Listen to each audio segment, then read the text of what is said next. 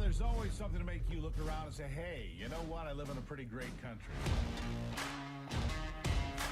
President Trump is calm, on point, on his game. And unlike the last guy, he is competent and coherent. Come on, man. We're not bending the knee anymore. We're here to take a stand for God and country. This is the Steve Gruber Show. This is the Steve Gruber Show. All right, welcome to it as we kick off another big day here at the show. We've got a lot to cover here today and a lot of things to get done. So here's the question as always. Who do you want in your foxhole? We're fighting for you for the foxhole of freedom every single day. Never giving in, ever. We are steadfast. Here are three big things. Number one, the fruit of President Trump's labor, another $600 billion plus in U.S. investment, this time from Tim Cook and Apple, which is far larger than was first expected, rings up another big win. Number two, the DOJ may be pursuing the death penalty for the man accused of murdering two Jewish staffers in Washington, D.C. That's not happened in a very long time. We'll keep you posted. And number three, something different today. Man's original sin. Man's original sin was the temptation to play God. It got Satan kicked out of heaven. It got Adam and Eve kicked out of the garden. But we just love the idea of controlling our world with omnipotent precision, and I'm seeing this play out right now, especially with things like the Canadian wildfires. 16.5 million acres on fire in Canada right now. Let that sink in. 16.5 million acres. That's more than 25,000 square miles. That's bigger than the entire state of West Virginia. This year's on track to be one of the worst, maybe the worst, for wildfires for our northern neighbors. And we're seeing the results, of course, especially if you live in the northern tier of the United States like I do. We've been under air quality warnings for a good portion of the summer as the smoke creates a haze over our skies day after day. It's inconvenient for us, but it's devastating for them, to say the least. But I got to say, I can't help but roll my eyes at a letter from a Republican congressman, and one that I very much like. One that was here yesterday telling Canada to fix the fires or else. Here's Congressman Tom Tiffany, who authored the letter. Listen. We can do a really good job of detection as well as putting out fires at this point. The technology is really incredible at this point. Canada should be implementing some of those technologies. I know as chairman of the Federal Lands Committee, subcommittee, we are pushing our federal agencies to adopt some of these newer technologies that can detect fire as very soon before they become big. And he's not wrong about that. But this isn't big. This is monumental. This is biblical. Americans and Canadians want a wildfire-free summer. I get it. But there's really no use trying to play God. You can't stop a 16.5 million acre fire at the drop of a dime. And yes, it started smaller, but it's a huge country. Canada is using every tool it can to fight the fires in the U.S., like he said, providing support. But wildfires happen. And I actually want to remind you of what happened in the 1970s and 80s. For most of the 20th century, especially after a huge fire in 1910, the United States had a strict policy to put out every wildfire as quickly as possible, even aiming to have them put out by 10 o'clock the next morning. The thinking back then was that all fire was bad, but by the 1960s and 70s, scientists and land managers started realizing fire is actually a good thing. It's natural, an important part of many ecosystems.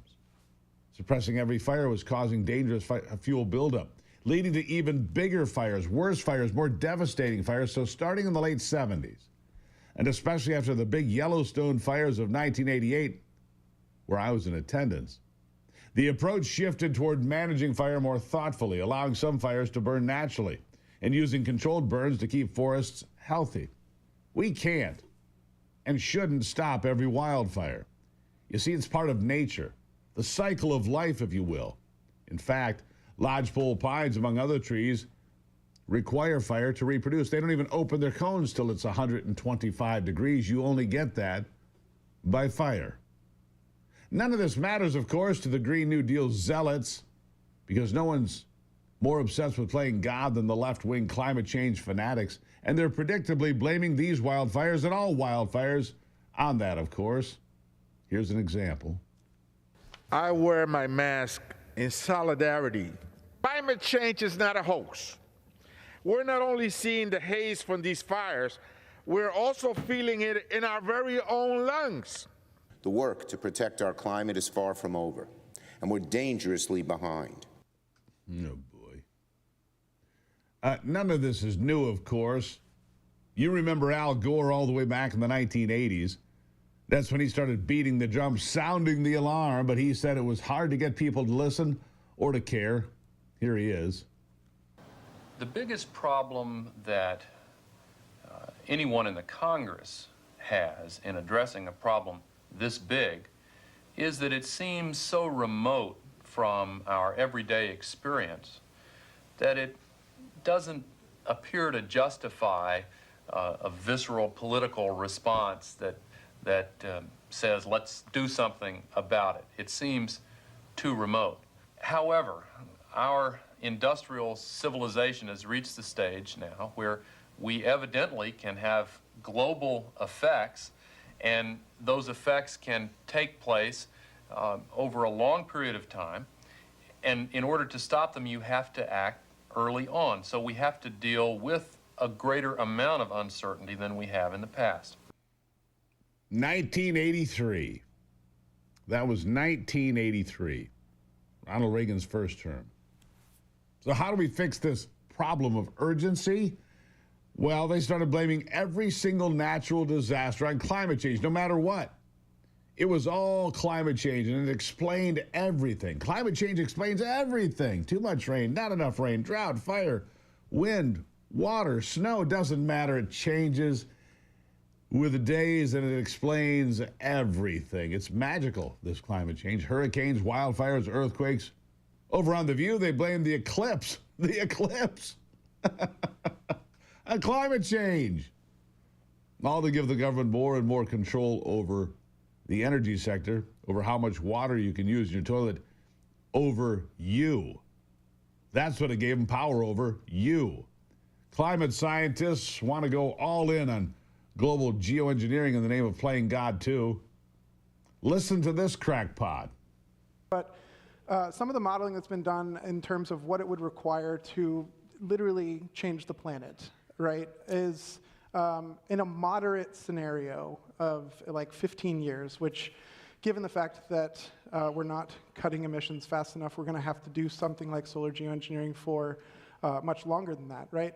There's work that's been done that suggests that we're going to have continually flying aircraft, which don't exist. We don't have the aircraft that can go high enough with a big enough payload, from multiple different bases placed across the planet, 61,000 flights a year for many decades, right? So we're going to have a huge intervention of aircraft continually spraying sulfur dioxide or whatever chemical compounds that they come up with that works.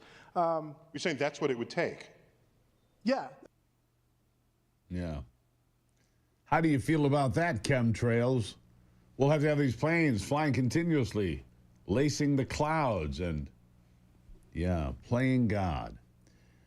Nice to see you here today. We'll play more God after the break on the Steve Gruber Show. You don't want to miss it. We're just getting warmed up. Good morning.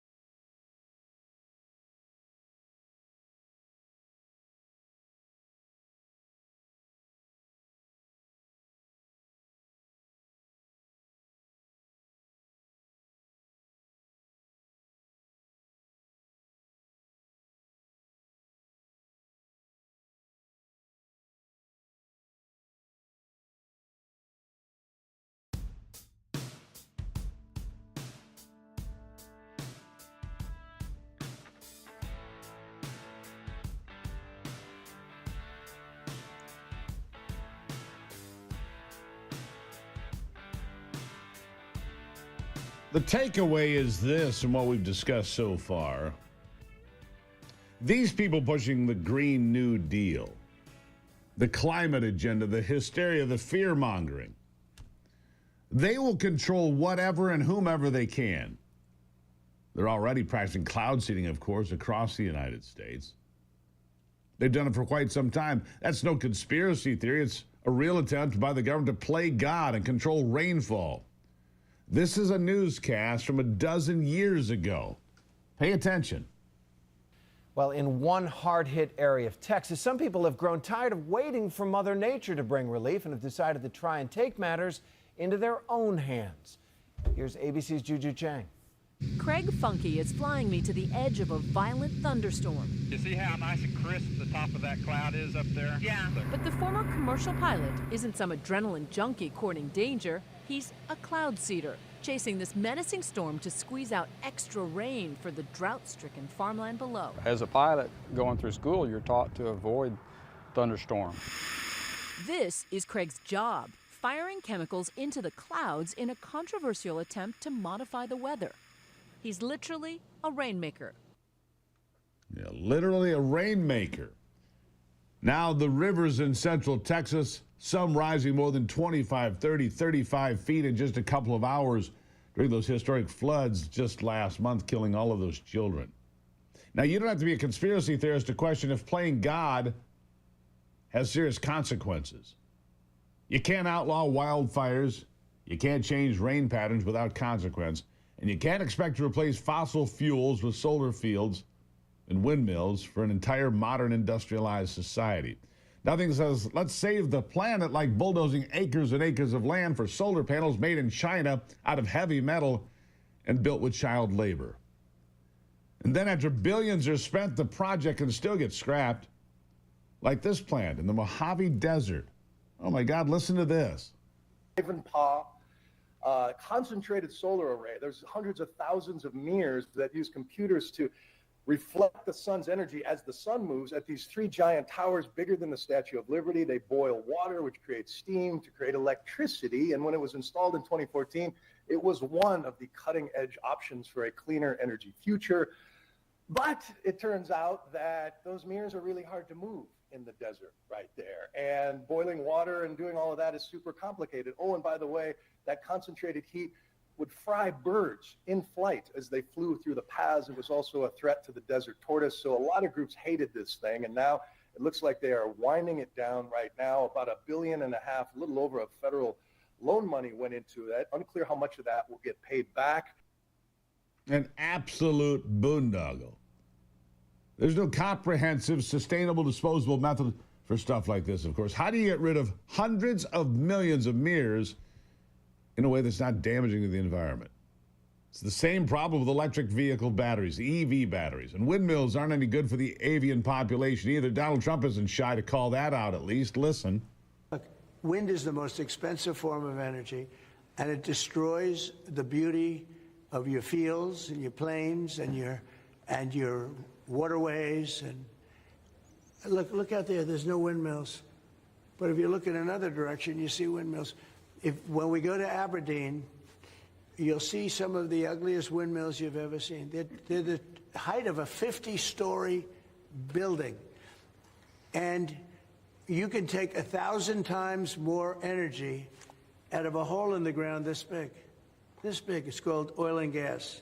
But I've restricted windmills in the United States because they also kill all your birds. You know, they wipe out. You know, it's interesting. If you shoot a bald eagle in the United States, they put you in jail for 5 years. And yet windmills knock out hundreds of them. They don't do anything. They don't do anything. He's exactly right. Look, God created photosynthesis, nature's efficient conversion of light energy into chemical energy. He created fine-tuned ecosystems that use food webs and predators and prey to stay stable.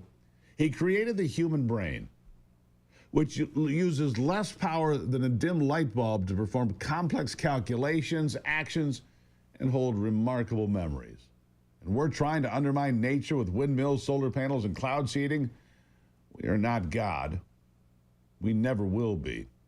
We can devote trillions and trillions of dollars in a Green New Deal, but then something like this will always happen. An 8.8 magnitude earthquake in Russia, which has subsequently set off a string of 7 active volcanoes for the first time for some in as much as 650 years.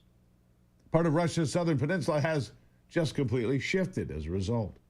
Global geoengineering isn't going to do anything about that. And the climate change agenda only exists to rake in tax dollars, your money, and hand over more government control over you. And it asks a lot of you and provides nothing in return because natural cycles will always, always win over man-made interventions. Always. God bless America, please. And today, I think I mean that more than ever. God bless America. Now, speaking of health, could your health issues be caused by an invisible enemy? Fatigue, bloating, brain fog? What if parasites are the real culprit? I was digging into parasite cleanses when I came across a video from trusted doctors who mentioned that, well, ivermectin and mebendazole are 2 powerful anti-pathogens. But what's even more fascinating, these medications are frequently used in oncology, that's right, to treat cancer patients. They have anti-pathogenic properties that stunt the growth of harmful invaders and even have the potential to slow down abnormal cell growth. Did you know 60 million Americans have parasites today? That's kind of a frightening number, isn't it? They invade your body, wreaking havoc on your gut, energy levels, yes, even your mind. In the mainstream medical system, they don't want you thinking about this because one great cleanse can change your life. At the Wellness Company, they have a solution. Ivermectin and mebendazole. FDA-approved parasite solutions now combined into one cleanse combo. Just fill out a brief medical intake form. Get your 3-month supply. This is the hottest thing going. I've done it. Lots of parasite cleanses are on the market, but not the gold standard. Maha is officially here, the Wellness Company, making hard-to-get medications accessible to you. Go to twc.health/Gruber. twc.health/Gruber. When you use the promo Gruber, you'll save $60 and get free shipping too. twc.health/Gruber. Get healthy today. I'll be right back.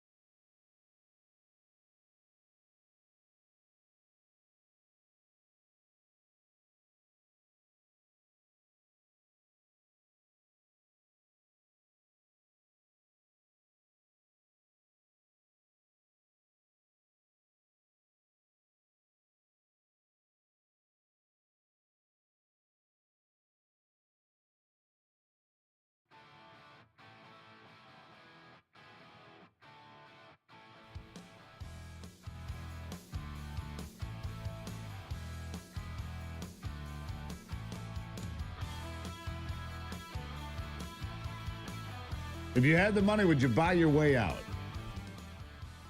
If you had the money, would you buy your way out of being here in the United States? I ask that because golden visas, you've heard Donald Trump talk about it coming here. Golden visa to jump to the front of the line and be an American citizen. Well, it's not really anything new. 5 Caribbean islands offer citizenship through government contributions or real estate purchases as little as $200,000. Yeah, you can become a citizen of Antigua, Grenada, St. Kitts, St. Lucia, among others. Would you ever consider such a thing?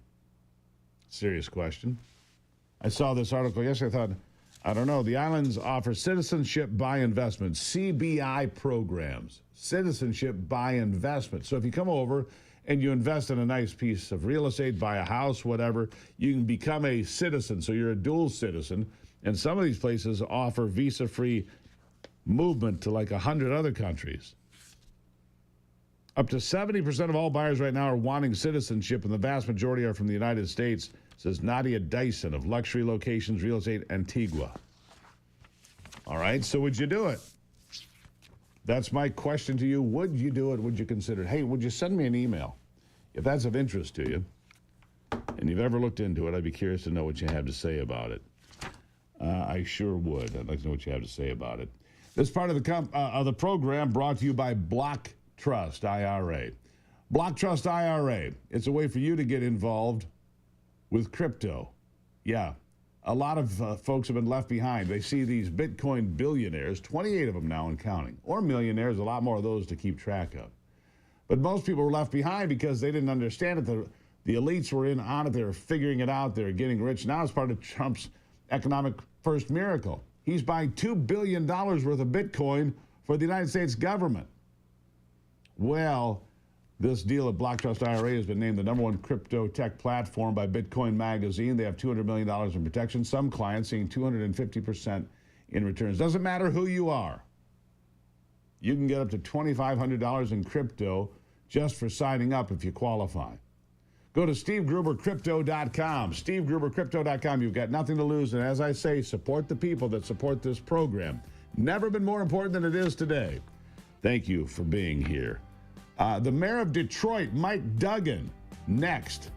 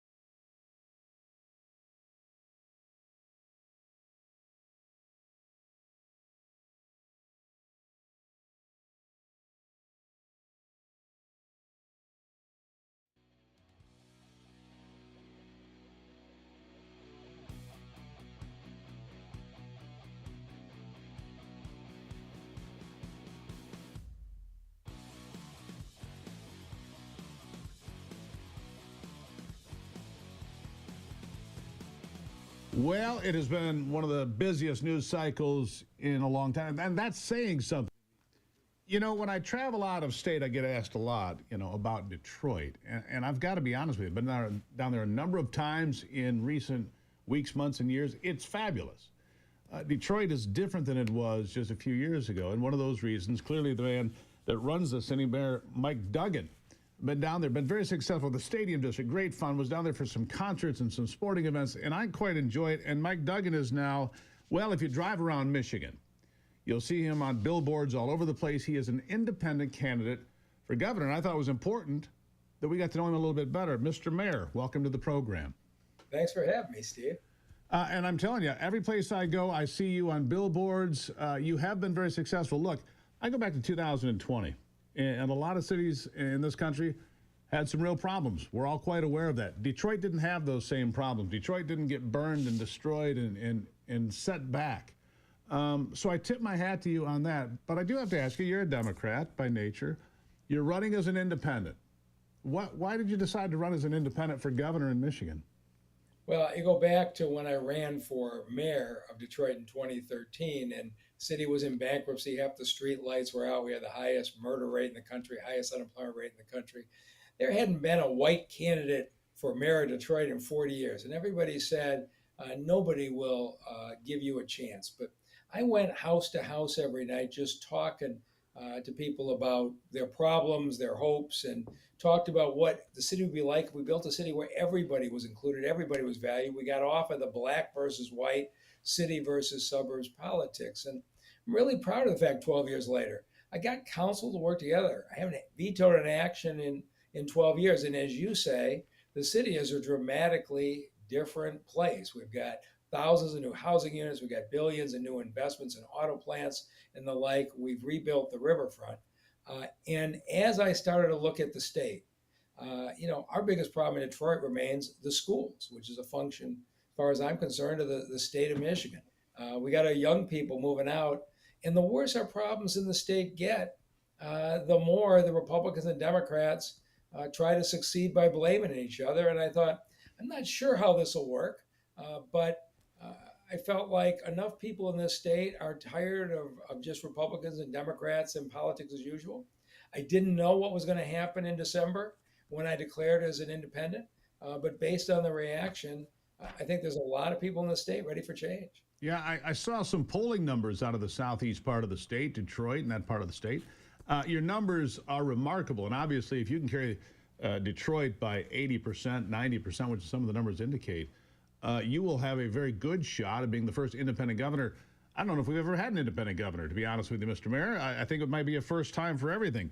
Let me ask you about a couple of other things. I think you made a really important point there. Black versus white, city versus suburb. It's all of these lines of division. Man, if we could take that attitude to Washington, we'd be somewhere. Get rid of the black versus white, the city versus the folks out in the country and everything else. We need to erase some of those lines. We need to get together on some things and roll up our sleeves, don't we? Well, Steve, you're so right. And your point about the protests following the killing of George Floyd. In the city of Detroit, we did not have a single fire. We did not have a single store looted. We have a bond between the police and the community. And when there were those in the Democratic Party saying defund the police, I actually put more cops on the street and gave them raises with the overwhelming support of the people of the city. Detroiters didn't want to defund the police. They wanted more cops. And we're finding, and I'm finding this wherever I go in the state, whether I'm going up to farming communities or rural towns, and they say to me, what do you know about our situation? We feel like we've been forgotten.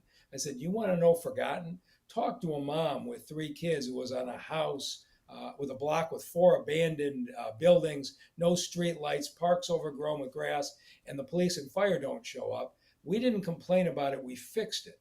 And people say, we have more in common with other parts of the state than we think. And of course, you're seeing the billboards because I'm extremely well known in southeastern Michigan, but outstate, people have to get to know me. And I appreciate you giving me this chance. Well, I appreciate you being here. And look, we just need some common sense out there. Let me ask you about one of the things.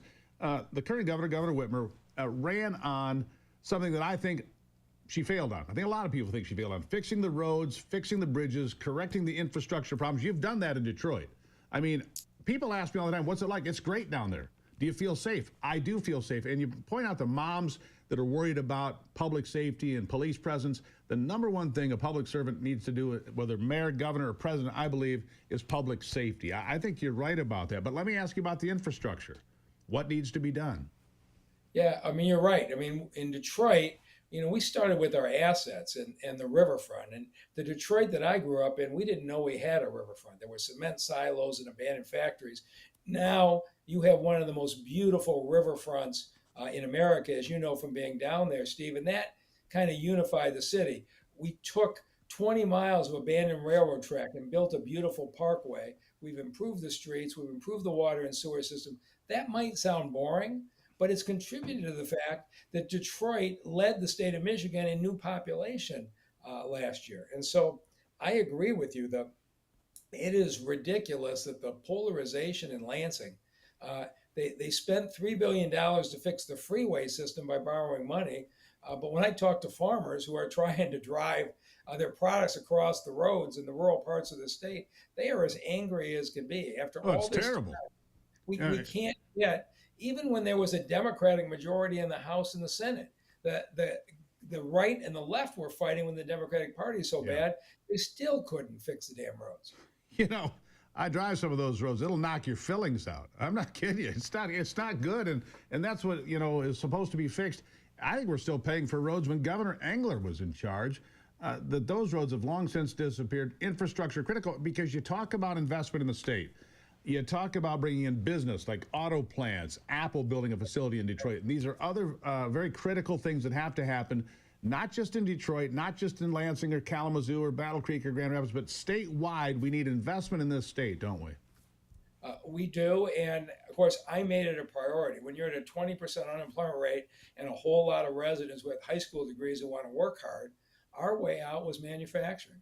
In my first month, I sat down with Bill Ford. I sat down with Mary Barr at GM. I sat down with Sergio Marchioni, who was then at Chrysler. And I said, tell me what you need the next time you cite a supplier plant to consider Detroit.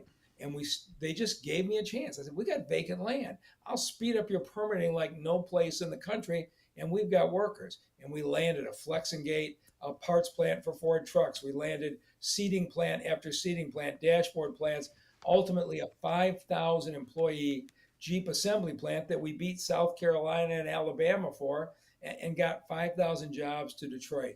This is what you have to do. We dramatically cut the unemployment rate by embracing what the business community needed to invest. And I feel like we've done that at the state level nearly the way we should have. Look, Mr. Mayor, I'm going to catch some hell for this.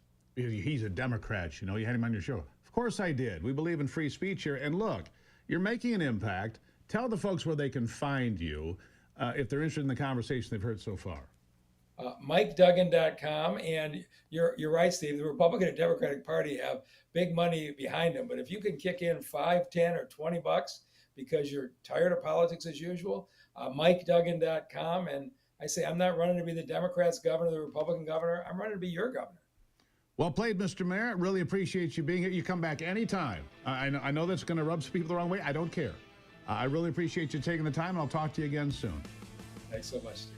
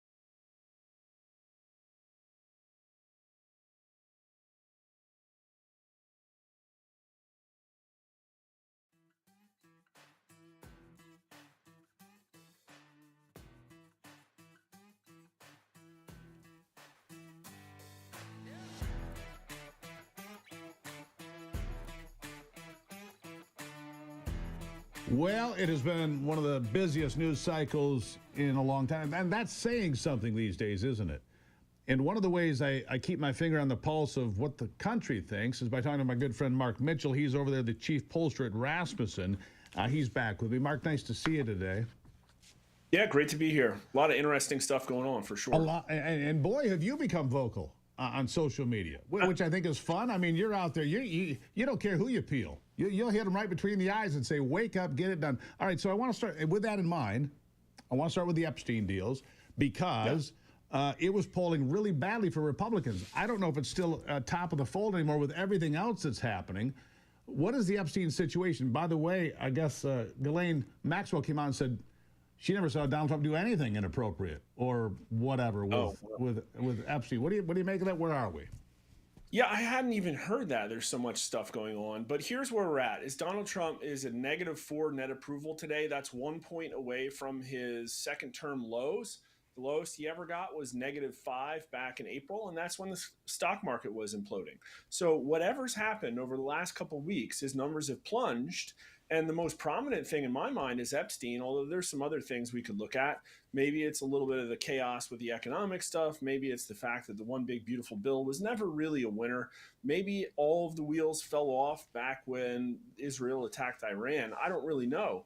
But what I do know is that on the Epstein stuff, we went into the field and asked a bunch of questions, and people were like, hold up, I don't trust the government. 57% do not believe the DOJ and the FBI that Epstein didn't keep a client list, and only 16% agree with Pam Bondi that the case is closed. And I think she got less than a 20% excellent rating among Republicans in her handling of the Epstein case. So for Trump to just come out there, and I know he didn't plan this topic, but it landed in his lap, and then he completely mishandled it, in my opinion.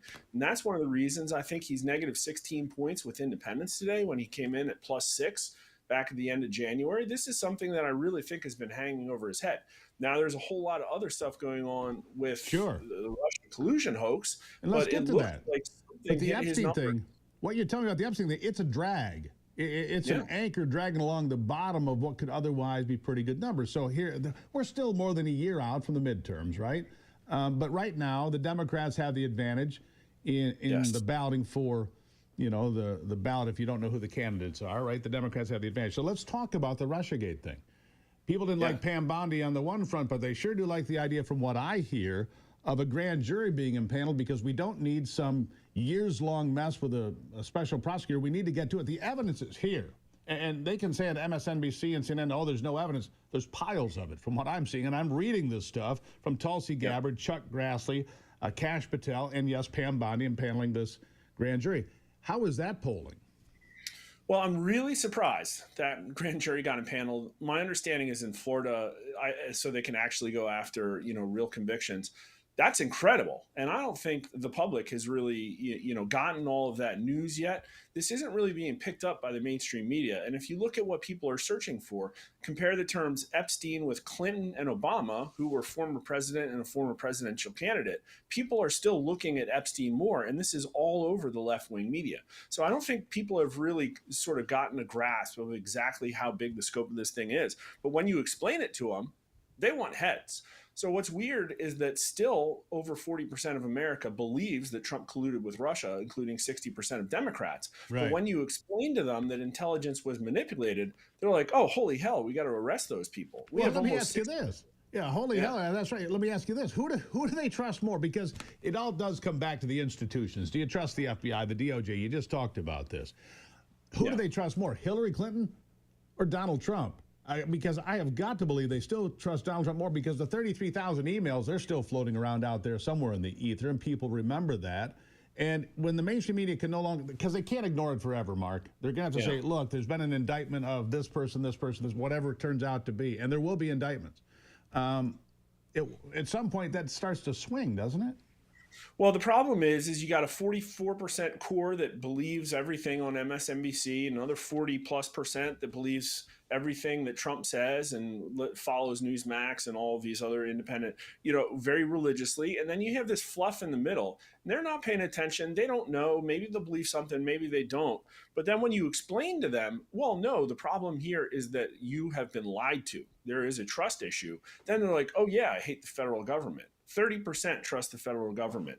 And so Kamala Harris, 48% actually trusted her, believe it or not, but only 30% of the government. But here's the signal: agree or disagree with this statement about manipulation of intelligence in the Obama administration. Accountability has to take place. It is critical for the survival of our country that people who perpetrated such crimes are held accountable. 48% strongly agree. 48%. More people than who voted for Kamala Harris, and 21% somewhat. So that gets you up to 69, almost 70%. There's your 30-70 signal. Same thing we saw with how many people were angry with the level of waste, fraud, and abuse. So this is all really about institutional trust. And as Donald Trump is figuring out, just saying that you're going to be transparent and just putting your people on Fox News, even though they're not saying anything, isn't enough. And so this Tulsi Gabbard thing is very new. It's less than a month old. We're going to see how it plays out. I think it's really going to take off probably in September. And if you look at the list of names of people that they're subpoenaing before the House Oversight Committee, it's absolutely wild. So I think this is going to be a Bill big and Hillary Clinton mover. Bill and Hillary Clinton just got subpoenaed. I think that's kind of noteworthy. MSNBC can ignore that for as long as, but it's going to be somewhere on people's radar because you can't dodge it. Let me ask you this. I only got about 30 seconds left here, but here's the last question. A lot of time to turn this around for Donald Trump, the tariffs, the economy, all of these things where a year from now is when you really have to be concerned, or do you have to be concerned all the way in? Real quick. I mean, things are moving so fast. There's so many exogenous shocks that can happen between here and November. What I can tell you, though, today is that the Democrats are going to win Congress with a D+4 generic ballot. And you have to look at Republicans and say, well, they kind of have been sucking in Congress. And it looks like they have a plan. They're going to redistrict the hell out of all these states. Yep. And it's going to make the Democrats really mad. And the Democrats, look at their language. In the Axios article they just wrote about this, they're going to attack. They're going to get belligerent. Yeah, they're going to attack. Mark Mitchell, I got to leave it right there from Rasmussen. Always good to talk to you, my friend. We'll talk soon. All right, great to be here.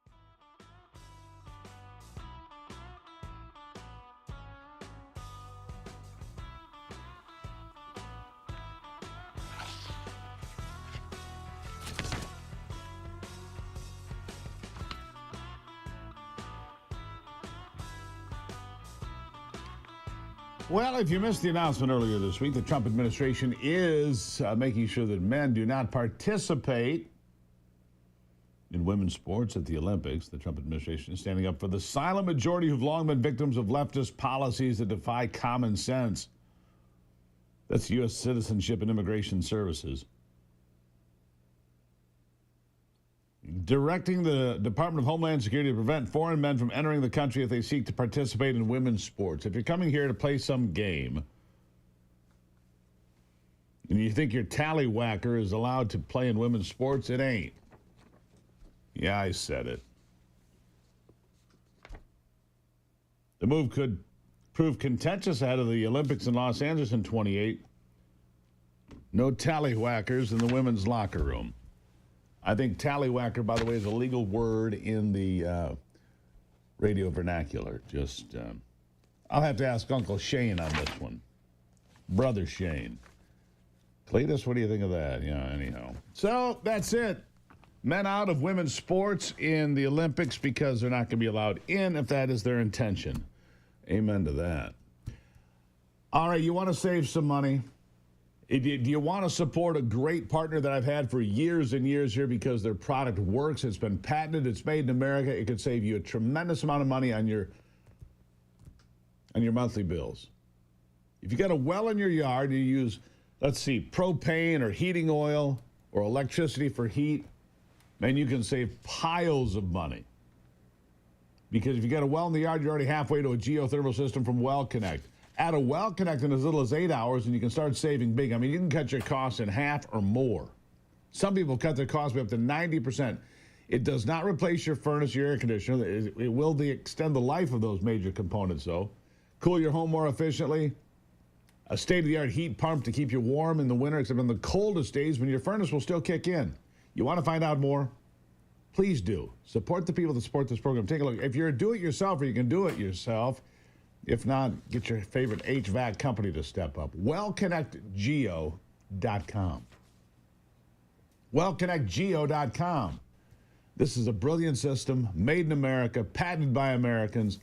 It's great. Coming up in the next hour, Scott Walter, the NGO gravy train. Will it come to an end?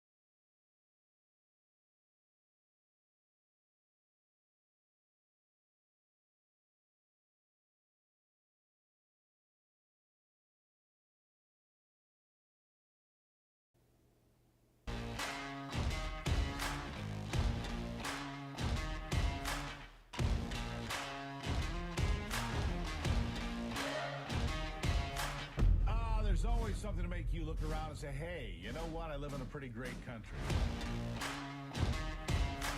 President Trump is calm, on point, on his game. And unlike the last guy, he is competent and coherent. Come on, man. We're not bending the knee anymore. We're here to take a stand for God and country. This is the Steve Gruber Show. Well, God bless you for being here. Glad you're here as we're making our way through this week, another busy week. Fighting for you from the foxhole, Freeman. Who do you want in your foxhole? I mean, if the chips are down, I don't care what it is. If it's some madman at Walmart or some crazy lunatic in Congress, who do you want in your foxhole? I want you with me, all right? Live from Studio G in the heart of America, this is the Foxhole of Freedom, and here are 3 big things you need to know this hour as we get rolling into it. Number 1, the investigation into a shooting at Fort Stewart yesterday ongoing. The suspect in custody, a 28-year-old sergeant. 5 victims expected to survive. Details will be coming in a moment. Number 2, the ex-CIA Democrat running for governor in Virginia, taking a lot of money, lots of it, it seems, from a company with direct ties to the Chinese Communist Party. You would think she, of all people, should have known that.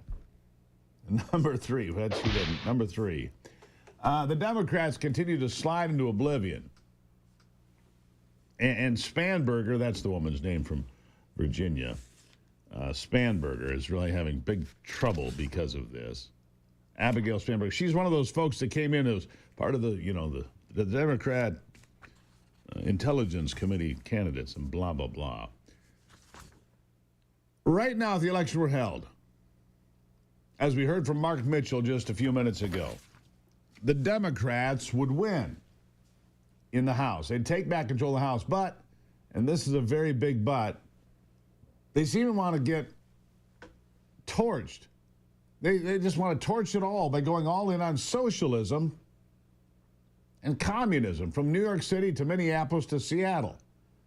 The Democrats are ceding their once proud party to the extreme alt-left radicals. Look, I've got Democrat friends. Esquire Bob's a Democrat, all right? I get it. He's not a Mamdani fan. He's not a fan of the guy running for office in Minneapolis. I can assure you, he's not a fan of blatant communists.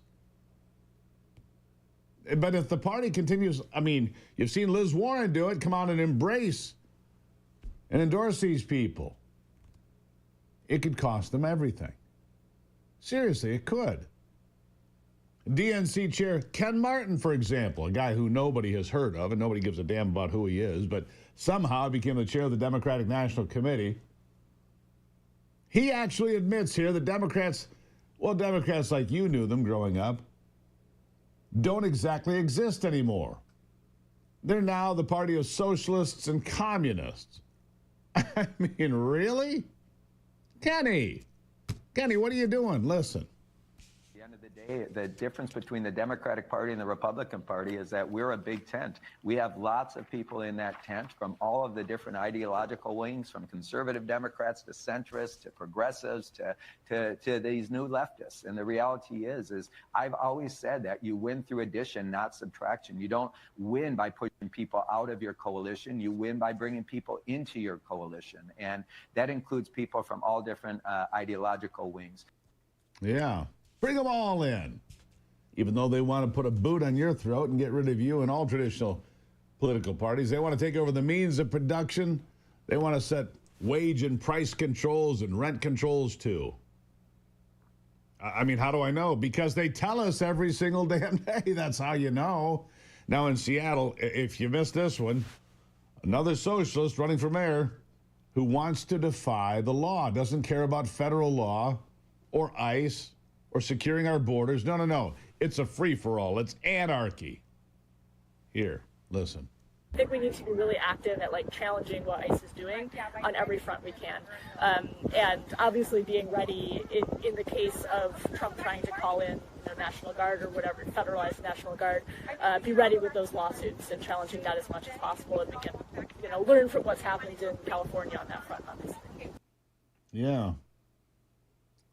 We want to do what they did in California. Defy the law because things are going so swimmingly well in California. I just saw something here. In Massachusetts, the governor there wants to earmark billions of dollars for homeless, $30,000 for each homeless family. I mean illegal family, so they can have a home. Illegal aliens get a home so that they're not homeless. They get home, $30,000 to get them into a place to live. What about our veterans that are homeless? Huh? What about them? What about American citizens that are homeless? What about them? They don't care. Bob Woodward, a guy who was never much of a, look, I don't care what you think. Bob Woodward, never much of a writer, never much of a journalist. Most of his books have been torn apart as being subjective works of fiction based on groups of people without direct sourcing. Yeah, Bob Woodward, who, by the way, sounds, he's 82. He sounds only marginally more competent than Joe Biden, and I mean marginally. He's out yesterday. You got to see this. Bob Woodward is out yesterday calling President Trump disabled. I can't even make it up. Here it is. It's pathetic that you have the President of the United States out there just pounding away and saying, oh, look, we have got to do it my way and only my way. And there is, I stress the word pathetic. Why is the President of the United States feeling so out of it or disabled that he has to say things like that? Makes no sense. It's and this, of course, is a common characteristic of Trump. He doesn't know what's in his own interest. If you had a friend who was talking in public and saying things like, Trump says, you know, people don't explain to me, I explain to them, you would sit the friend down and say, let's tone it down. Bob, I think we need to sit you down. I think it's time you stay at the old folks' home, Bob. I think your time's back. Bob Woodward was never much of a journalist. That's a fact. Yeah, he did the whole Nixon story, all the president's men, and so what? It was spoon-fed to him. The truth about the Nixon affair and Watergate never been fully explained, and not to you, the public. I get it, but you don't. What were they looking for? Illegal donations to the Democrat Party from foreign sources, including governments. That's what they were looking for. Because even back then, long before Act Blue, the Democrats were getting money from places they should not, being influenced by people they should not, by governments that they should not, to impact you. That's the truth of Watergate. They didn't teach that in your history books. They didn't even talk about Watergate. They just throw it out there, Watergate. And people go, oh, it's bad. Well, what is it? Well, I don't know, but it's bad. Yeah, maybe you should know what it is before you say it's bad. Maybe you should understand a little thing about history before you bump your gums so much. Get educated. How do you do that? By coming here every single day. It's the Steve Gruber Show. I'll be right back.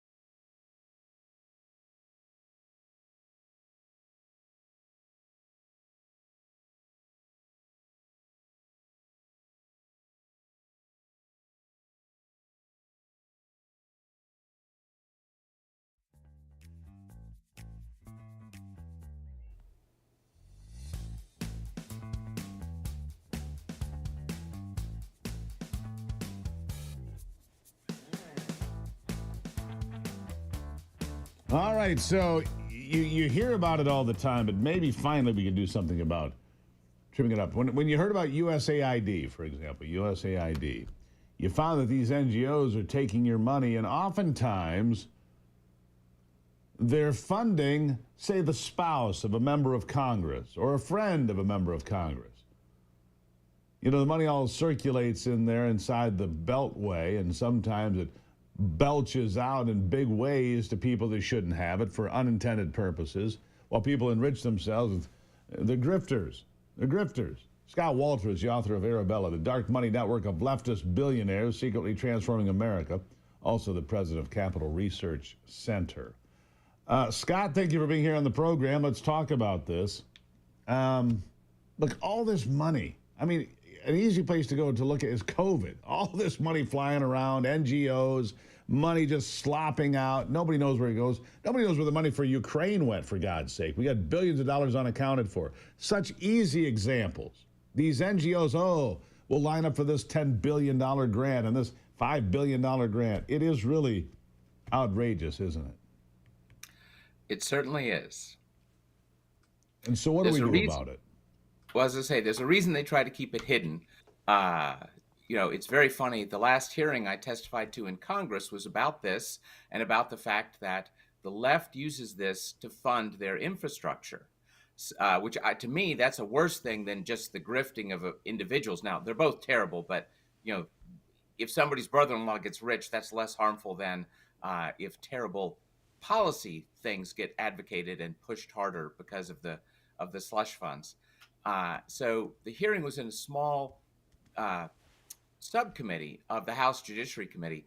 And yet, you know, the ranking member for the full committee, Jamie Raskin, big, important guy, he was there every second of the hearing. And he was claiming, oh, this is a nothing burger, it's a waste of time. But of course, he didn't think it was a waste of his time to be there. His presence disproved everything he was saying, that, oh, there's nothing political about this. These aren't slush funds for our cronies and our advocacy groups. Yeah, of course they are. You know, dismantling of USAID was a pretty telling series of events. You find the money that's going to, I mean, do you think they're really doing transgender studies in pick your country? I don't think so. Were they really buying millions of dollars worth of condoms from some other country? I don't think so. I think that's a cover story. Maybe I'm just, you know, that jaded, Scott, but I think that's just a cover story to move $10 million here and $1 billion there. They just shuffle it around. I mean, I go look at, for example, the $100 million that came in for fire relief in Los Angeles. Somehow all the NGOs and nonprofits gobbled up every penny of it, and the people that were supposed to get money got zero. And I think this is common in government because they have, you know, overhead, and they have executives, and they have whatever they have. It's just a damn way to fleece the American taxpayer, by and large, is it not? Yes, you know, the Greenhouse Gas Reduction Fund is probably the most egregious of everything in the last administration. Tens of billions of dollars, $2 billion of which show up in a brand new NGO tied to Stacey Abrams, the failed governor gubernatorial candidate of Georgia. $2 billion in a brand new NGO that had $100 in its bank account before your tax dollars hit it. Yeah. So how do we get rid of these? I mean, I think the NGOs, look, if they call it a non-governmental organization, but it cannot survive without government money, then is it really an NGO, or is it just an extension of the government? I think that's the best question of all. An NGO should be able to survive independently, but they don't. They survive solely on funding from the government, which means my money and yours funding them, which by extension, by definition, makes them a government organization. Let's get rid of them altogether. What do you say? We call them BGOs, basically government organizations. And there are over 35,000 that get most of their money from government. How do you become an NGO? How do you set that up? I mean, how do they come into existence? Well, it actually is a term that comes out of, UN speak. In America, Sure. You call them nonprofits. And it's not hard to set up a nonprofit. There are lots and lots of wonderful nonprofits that actually help people. But Well, the ones you're talking about, of course, they help themselves. Well, that's the thing. They help. They're like hogs at the trough. That's what I see over and over again. They're like hogs at the trough, all positioning to get as much slop as they can, and the money trains continue on. And then I come back to, there's a variety of ways that these people that go to Congress go in worth, their net worth is $100,000. They come out 5 years later, they're worth $10 million. They come out 25 years later, they're worth $25 million. Some of this has to run through these NGOs. I'm sorry. But are these NGOs not anything more than money laundering operations? Well, let's put it this way. The American taxpayer gets a very, very low return on investment. And often, of course, they're doing bad things. They're doing, you talk about some of the gender ideology groups. What do you think? Like we uncovered, for instance, the trans opera in Colombia. Do you think the people of Colombia think better of America because there's a trans opera there? Probably not. No, that's it. I don't think there's a trans opera there, and I don't think that there's, all these other programs. I don't think these things actually exist. That's my entire point. It's my entire point. Scott, I appreciate you being here. NGOs, they need to go. Thank you for stopping in. Thanks. Really appreciate it. It's just, I'm done with it. I'm done with being fleeced by these people. I'm done with being taken advantage of by these people. If you're tired of feeling pain and fatigue, well, it's time for Exodus, folks. A natural holistic supplement combines 2,000 years of ancient wisdom, modern science. It features 7 biblical ingredients: frankincense, myrrh, cumin, paired with the groundbreaking benefits of molecular hydrogen. Designed to soothe joint and muscle discomfort, boost your energy, and reduce inflammation. I take it every day. You don't have to suffer anymore. Try ExodusNow.com. Boom! You're going to feel sharp as a tack. I'm telling you, you're going to feel sharp as a tack. Try ExodusNow.com. Try ExodusNow.com. I'll take a break and be right back.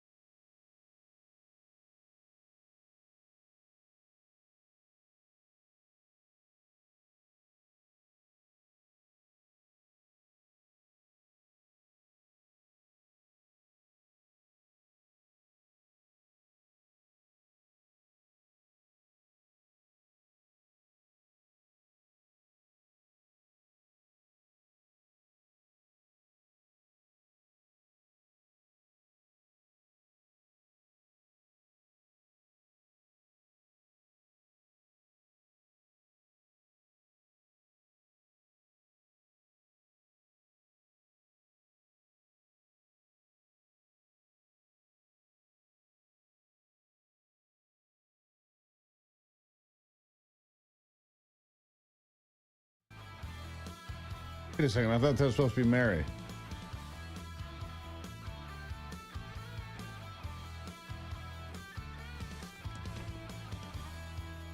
All right, here's a little, they're falling like flies, folks.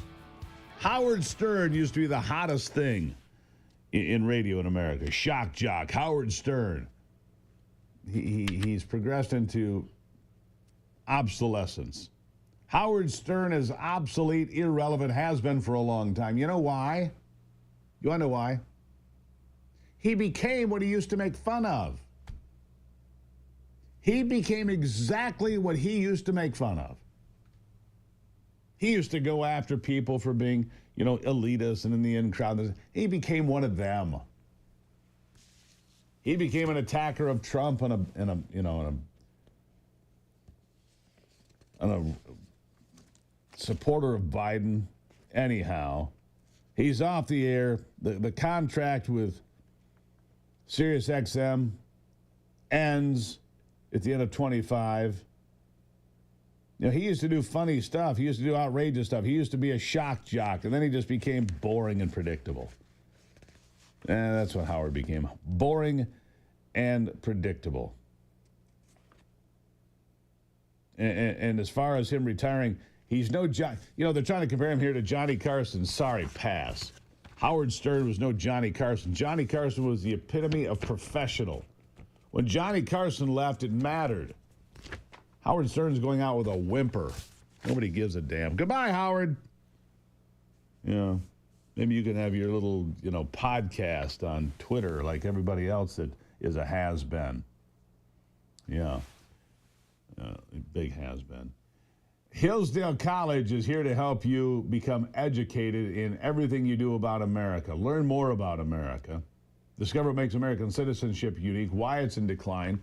It's a free Hillsdale College online course. Renowned historian Victor Davis Hanson explores the foundation of American freedom, the responsibilities of self-government, the cultural forces eroding our shared values. With powerful historical insights, modern analysis, Hanson will reveal for you how reclaiming the principles of the founders can restore our nation's civic strength. You can enroll for free.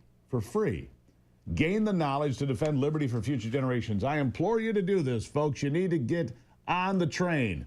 Go to Gruber for Hillsdale now. Join me in defending freedom. It's free. Learn about this country. It's better than binging on Netflix, I'll tell you that. GruberforHillsdale.com. What are you waiting for?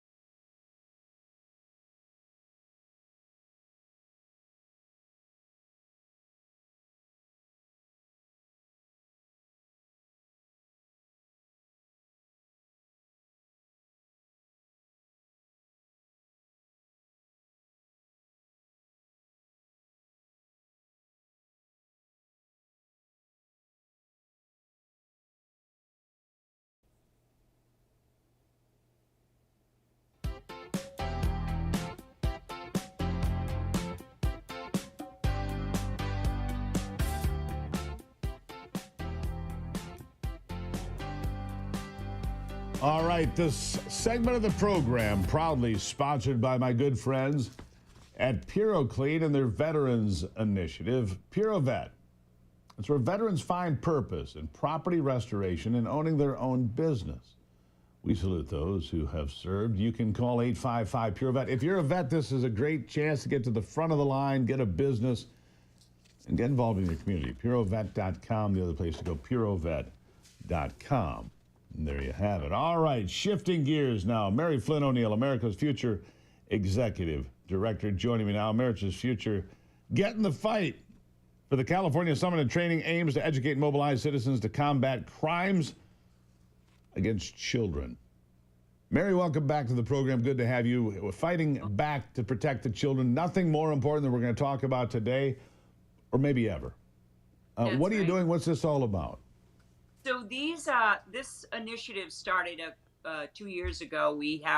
California will be our 11th state, and we literally go into churches and bring a very, very exclusive team of people that work with the community. Grassroots, this is real grassroots, Steve. And it is, we give them, a lot of education. We give them resources in what's going on in their communities with child crimes.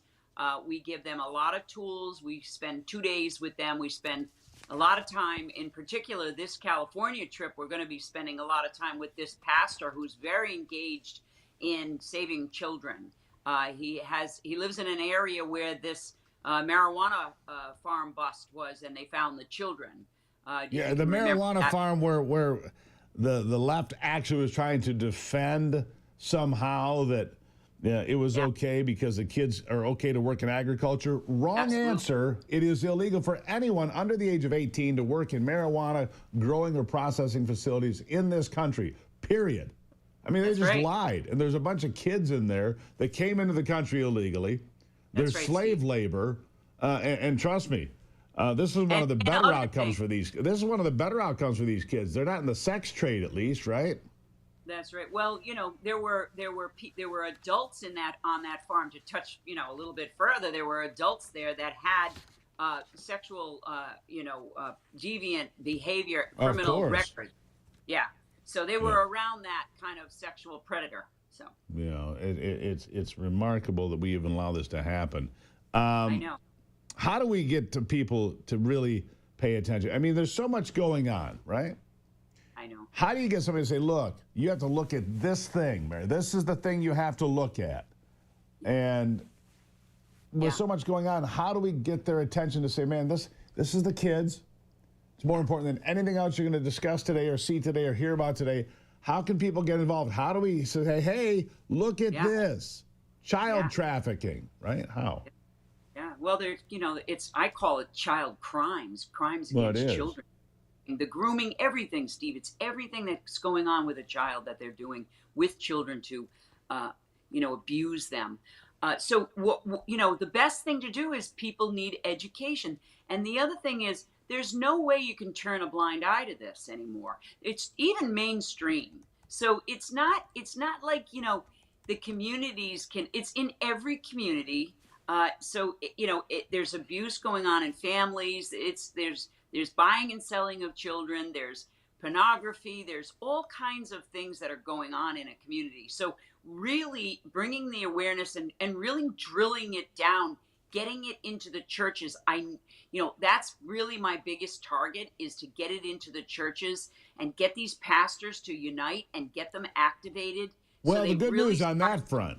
The good news on that front, Mary, is that the ability for churches to be more political is coming because they can't be threatened with losing their nonprofit status. By the way, Anthony here just updated me. In Michigan, you have to be at least 21 years of age to work in the marijuana industry anywhere. So the idea that they've got, 14, 15, 16-year-olds coming in and working in marijuana farms that are here illegally, these people have been brought in. They are a commodity. These children are a commodity. That's a fact. And they're being abused and mistreated, and that's a fact also. And people need to wake up and pay attention and realize that open borders leads to open exploitation of children for slave labor, for sexual exploitation, and God only knows what else. It's time to wake up, isn't it? Yeah, it is. It is, Steve, because don't forget these unaccompanied, these children that were coming from the border. They owe their lives. They're tagged. They're owed a debt to the cartel and to the entity, the criminal behavior, the entity that does this with them. So they're owed a debt, and so they're in bondage. So we have to remember that. Yeah.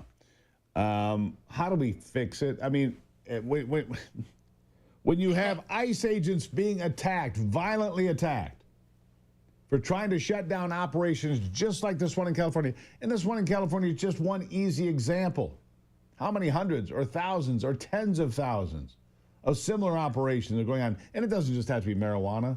They can be in sweatshops doing 1,000 different things, or in sex shops doing 1,000 different things.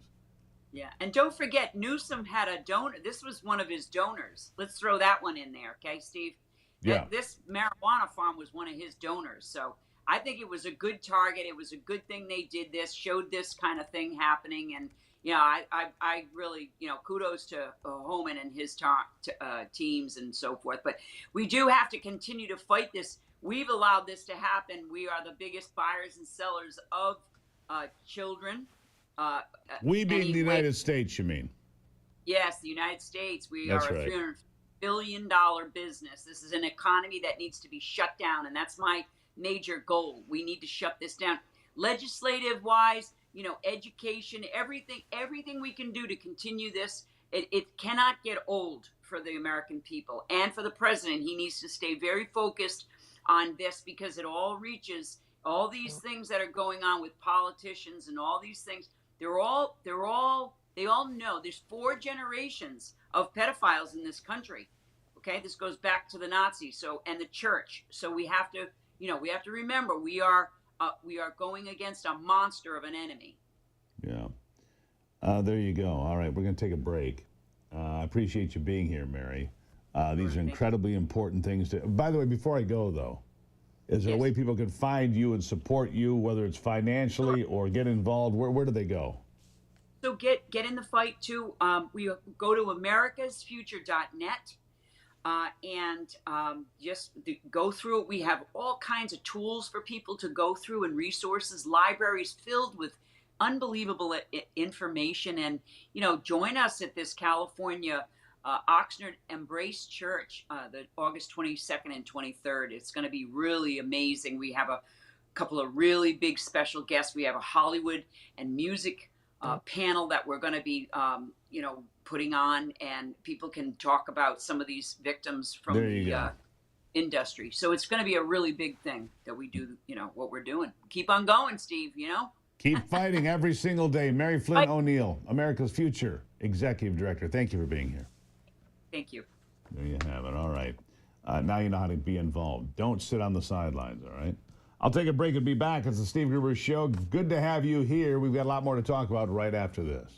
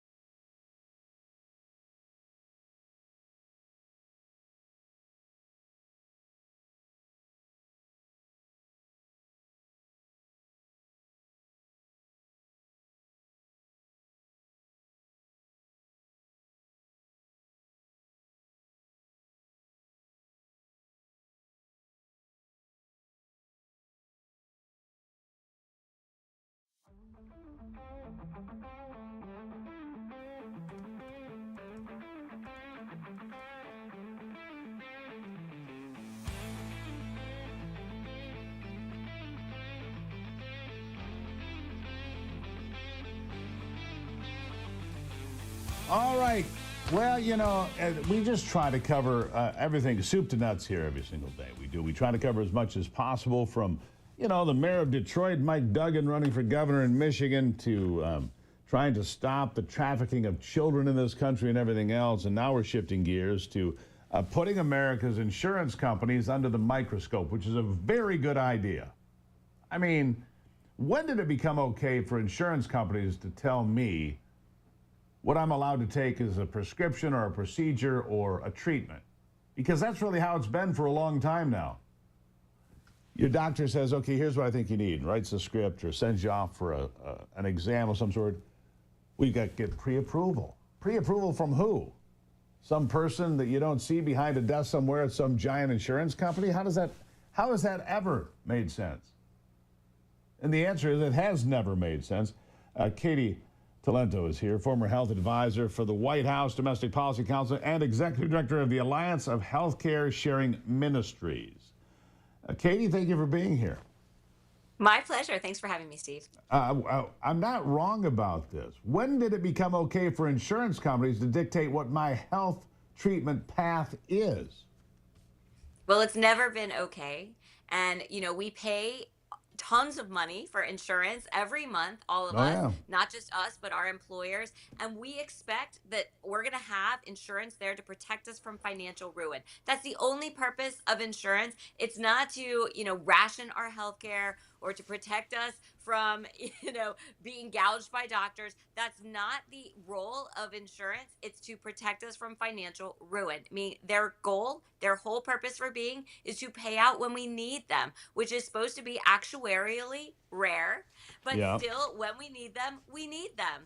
So they've gotten themselves involved in all kinds of issues they shouldn't be. Everything. So I did a documentary, I don't know, in the fall of 2023, I guess, on rural hospitals closing in America. And one of the people on the program is a guy who works with insurance agencies. He actually goes into hospitals and says, here's how you can save money on your insurance. This is hospitals that are trying to figure out ways to save money on health care for its employees. He previously had worked at the NSA as a Russian analyst, and he says, let me tell you something. The insurance industry is far dirtier than the Russians. And I laughed and I thought, is that really possible? He says, oh yeah, let me tell you, it's dirty inside the insurance industry. You're right in there. Was he right or wrong? He's 100% right. The insurance companies probably have way more money than the Russian Federation. Exactly. And I'm telling you, they are running the world. It is really shocking. You know, United Health Group is under investigation by the DOJ for all kinds of crimes, and they're not the only ones. I've worked in this business for decades. I've seen them up close. I see how their lobbyists have lobbied me when I was in government for a long time to try to just protect their bottom line. That's what they're about. And rather than saying, how can we be of greatest value to the people paying for us, they don't actually answer to those people. They answer for all the secret sweetheart partners that they have that they get kickbacks from, that they take revenue out of one hand while they're declaring that they're, you know, taking your money in the other hand. And they do better when healthcare is more expensive and when you're sicker and when you're sick for life. And when you have expensive things done to you and more of it, that's when they do better. The higher premiums go, the bigger their take is and the bigger their cut. So they have no incentive to keep downward pressure on prices, which was their whole reason for being and the whole reason we pay them every month. But they're happy to say no and no pre-approval. No pre-approval. And that has happened to me. No, it's not pre-approval. You pay for it. Yeah, I will. And sometimes it's silly, you know, it's $20 for a prescription or whatever it might be, but other times it can be very serious. And look, we pay all of this money. And the last time I checked, because there's a couple of big insurance companies not far from where I am, they have these giant Taj Mahal buildings. They're not going broke from what I can tell, and yet they say no to a lot of folks that really need them to say yes every day. Yeah, we call them the BUCAs, the Blue Cross, United, Cigna, Aetna, Humana. These 5 companies have shot up from nobody really ever heard of them in 20, 30 years ago. Now they're on the Fortune 50 list. They are the top of the charts. If you're an investor, you're invested in them. If you have a mutual fund, you're invested in them. We all have money in these companies through our pensions and our retirement funds. It's disgusting, and they're doing better every year. Every year they're doing better, while our health is plummeting, while we're at extinction level public health threats and chronic illness rates and for infertility rates, and they don't care. They're doing better. They do better when we're sick for life. Yeah, they keep them sick. Yeah, well, I think that Bobby Kennedy put it best. A sick child is the greatest thing for these healthcare, for the pharmaceutical companies. That's a cash cow. I'm paraphrasing a bit, but I mean that's the best thing in the world for the pharmaceutical companies. Just keep them sick, and the money just keeps rolling. I got to treat them for this. Got to treat them for that. Stop it. Stop. We need to clean up. All right. So you got about a minute and a half here. I'll let you give a little dissertation. How do we do better, Katie? What can we do? What can we change? How do we do better? Well, the first thing I think we need to think about is taking charge of our own health. When we, the best way to reduce healthcare costs in this country is to need less healthcare.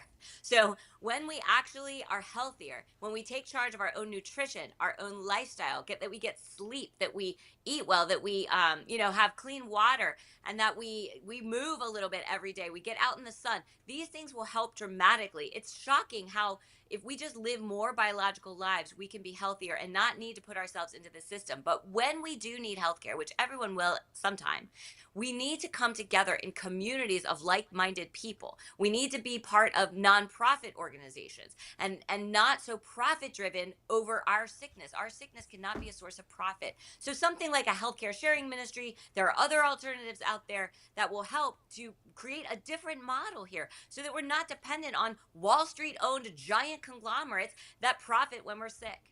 Yeah, you got that right. The profits when we're sick. Katie, thank you for being here. Greatly appreciate it. We're going to stay on top of it. I appreciate putting the light into the darkness, and it is dark in there. Thank you. Thank you, Steve. There you have it. I mean, you need pre-approval for my health? Anyhow, I'll take a break and be back with sports after this.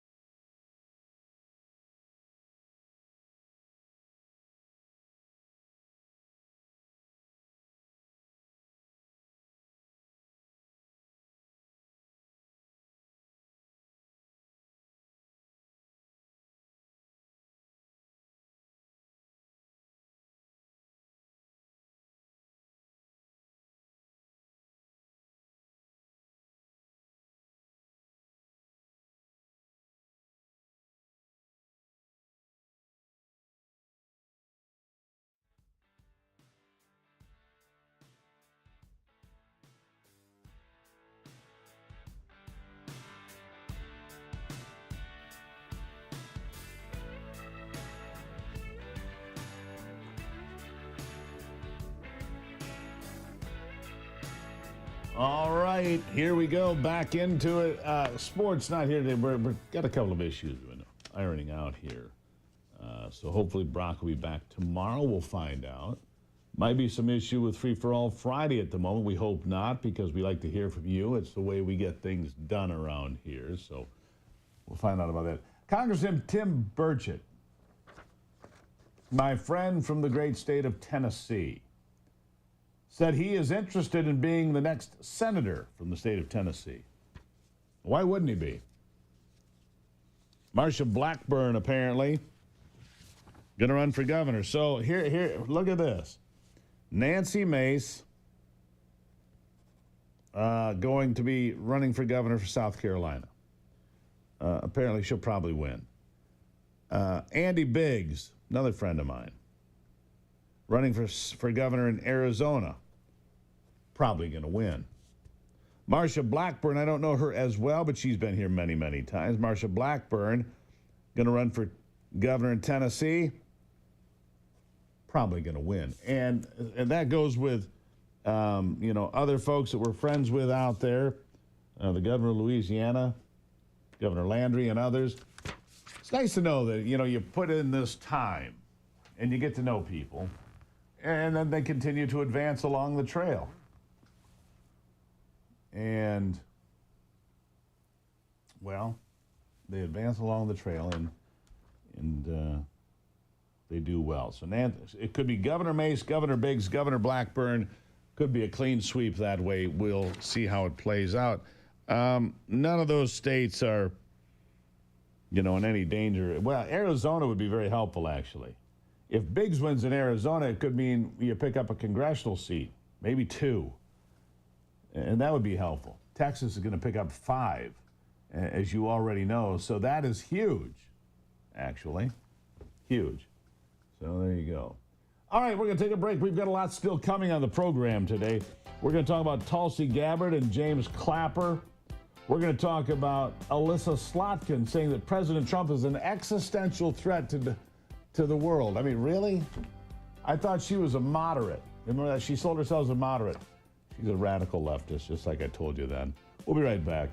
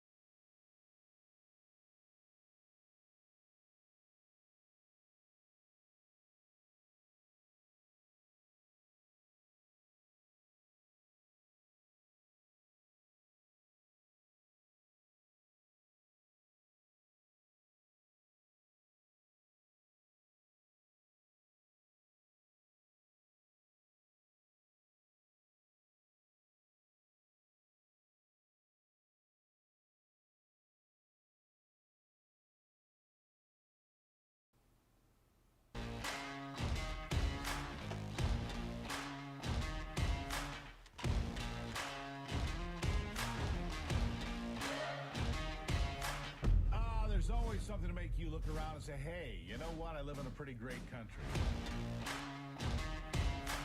President Trump is calm, on point, on his game. And unlike the last guy, he is competent and coherent. Come on, man. We're not bending the knee anymore. We're here to take a stand for God and country.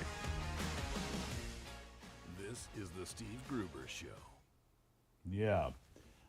Glad to have you on board for this big conversation as we continue on in another fresh hour. I just unwrapped it. It's ready to go. 3 big things you need to know this hour as we're fighting for you from the foxhole of freedom. Number 1, running on empty. The Jackson Transit blaming cuts for service problems. These transit systems fail over and over and over. They just fail. Number 2, the Justice Department says that East Lansing is the only sanctuary city in Michigan. It is the only one. And number 3, let's start with this. The greatest scandal in American history. Barack Obama facilitating a fraud upon America, upon you, upon the folks. And turning a fairy tale into fact for his purposes. It was never real that Donald Trump colluded with Russia or that Russia had anything to do with it or there were prostitutes in Moscow and different things. None of that was ever true. It was all fabricated. It was all mythical fiction. Fiction. All of it. Every bit of it. And, well, Tulsi Gabbard says, among those involved, James Clapper, one of the leading criminals in all of this, has been lying about this and everything else for a very long time. Here she is. James Clapper was on the team that created, that manufactured intelligence assessment that led to the Iraq war, about the Iraq WMDs. He writes about it in his book, saying that he and his team of intelligence analysts created something that was not there. When you look at his actions then, and you look at his actions in 2016 as Obama's director of national intelligence, you see someone who has no problem whatsoever politicizing and manufacturing and weaponizing intelligence for a political outcome. For a political outcome. Yeah. James Clapper, it was his aide that delivered the directions to the people. We want this intelligence assessment. This is what was placed as an order by Barack Obama. Well, Barack Obama placed the order, said this is what we want, and that's what they got. Meanwhile, I'm looking at Spanberger, the Democrat member of Congress running for governor in Virginia, Abigail Spanberger. She came in with Alyssa Slotkin and these others that were supposed to be these, well, they were these intel community specialists and experts on America, blah, who passed themselves off as being moderates. They're anything but moderates. Spanberger now is being investigated. And she is the Democrat candidate to be the governor of Virginia. She's being investigated because she took $50,000 from a Chinese Communist Party-linked tycoon. 2 installments of $25,000, one in April, one in May, from Pin Ni, the president of Wanxing, America. It's a U.S. arm of the Chinese automotive conglomerate Wanxing Group. Deep ties to the CCP. So here's one of your moderates from the intel community. They became a Democrat, I think, in 2018, right? Meanwhile, leftist senator now, Alyssa Slotkin, and I hope you guys that stayed home and didn't vote because, well, Mike Rogers, you know, he's not as Trumpy as he should be. Well, congratulations, you got yourself Alyssa Slotkin, who, by the way, says Donald Trump is an existential threat to all of us. Listen. The debate now among Democrats is how do you answer the following question? Is Donald Trump an existential threat to democracy in his second term? Or is Donald Trump's second term, oh, a fly on me. Is Donald Trump's second term bad, but like his first term, survivable if we just wait it out, right? And I just want you to know from your senator, as someone who sits in that room on your behalf, I am in camp number one. He is an existential threat to democracy. And there's a fly on her. You know why? Flies smell garbage. Flies smell garbage, Senator, and what you're spewing is garbage. It's like she is the human version of a manure spreader. He's not an existential threat to anything except Democrats. He's closed the border. He's fighting for peace. He's going to meet with Vladimir Putin potentially next week. We'll see if that happens. It's on Putin. But there is a plan, apparently. When Steve Witkoff went over there and met with Putin for several hours here recently, in the last few days, they made a lot of progress about trying to end the war with Ukraine. Wouldn't that be something? Would that be an existential threat, Senator? Would you spew more garbage based on that? Of course you would. You're a partisan hack. You have no choice. Meanwhile, the Democrats, they want to impeach. That's why they want the House, so they can impeach Donald Trump for the third time, the fourth time, the fifth time, whatever. Listen. There are no circumstances that will prevent me from continuing to challenge the bigotry emanating from the presidency and policy. I will not stop, and I promise you, this president is going to, he's going to be brought down. Yeah. He's going to be brought down. He has to be brought down. And I don't mean physically. I'm talking about politically. For what? We will bring him down. For what? He will be impeached again. For what? I thank you. What an idiot. Al Green. First member of Congress ever tossed out of a State of the Union address. Just tossed out because he's a moron. Anyhow, this part of the program brought to you by some of my great sponsors and friends. Wolverine Water, one of those. Wolverine Water, a Michigan company for more than 75 years. Wolverine Water, a Michigan-based company for 75 years, giving the best water quality. If you've got like brown, dingy stains in your shower or in your toilet, you're tired of it, or maybe your water doesn't smell right, Wolverine Water. They're the folks that can correct that problem right now. Michigan-made products. Sold by Michigan people. Installed by Michigan people. All American-made. That's right. Wolverine Water Systems for almost 75 years. My good friend Paul Mahaney runs that place, has for a very long time. And if you want first-class treatment, the Blue Line system, or maybe you just want a reverse osmosis water drinking faucet in your kitchen. I do. I've got it in both houses. I love it. And so will you. RO system. WolverineWaterSystems.com to find out more right now. WolverineWaterSystems.com. I'm going to take a break, and I'll be back. Cam Cabot's going to be here. He's not going to agree with my point of view. I can assure you of that. I'll be right back. It's the Steve Gruber Show.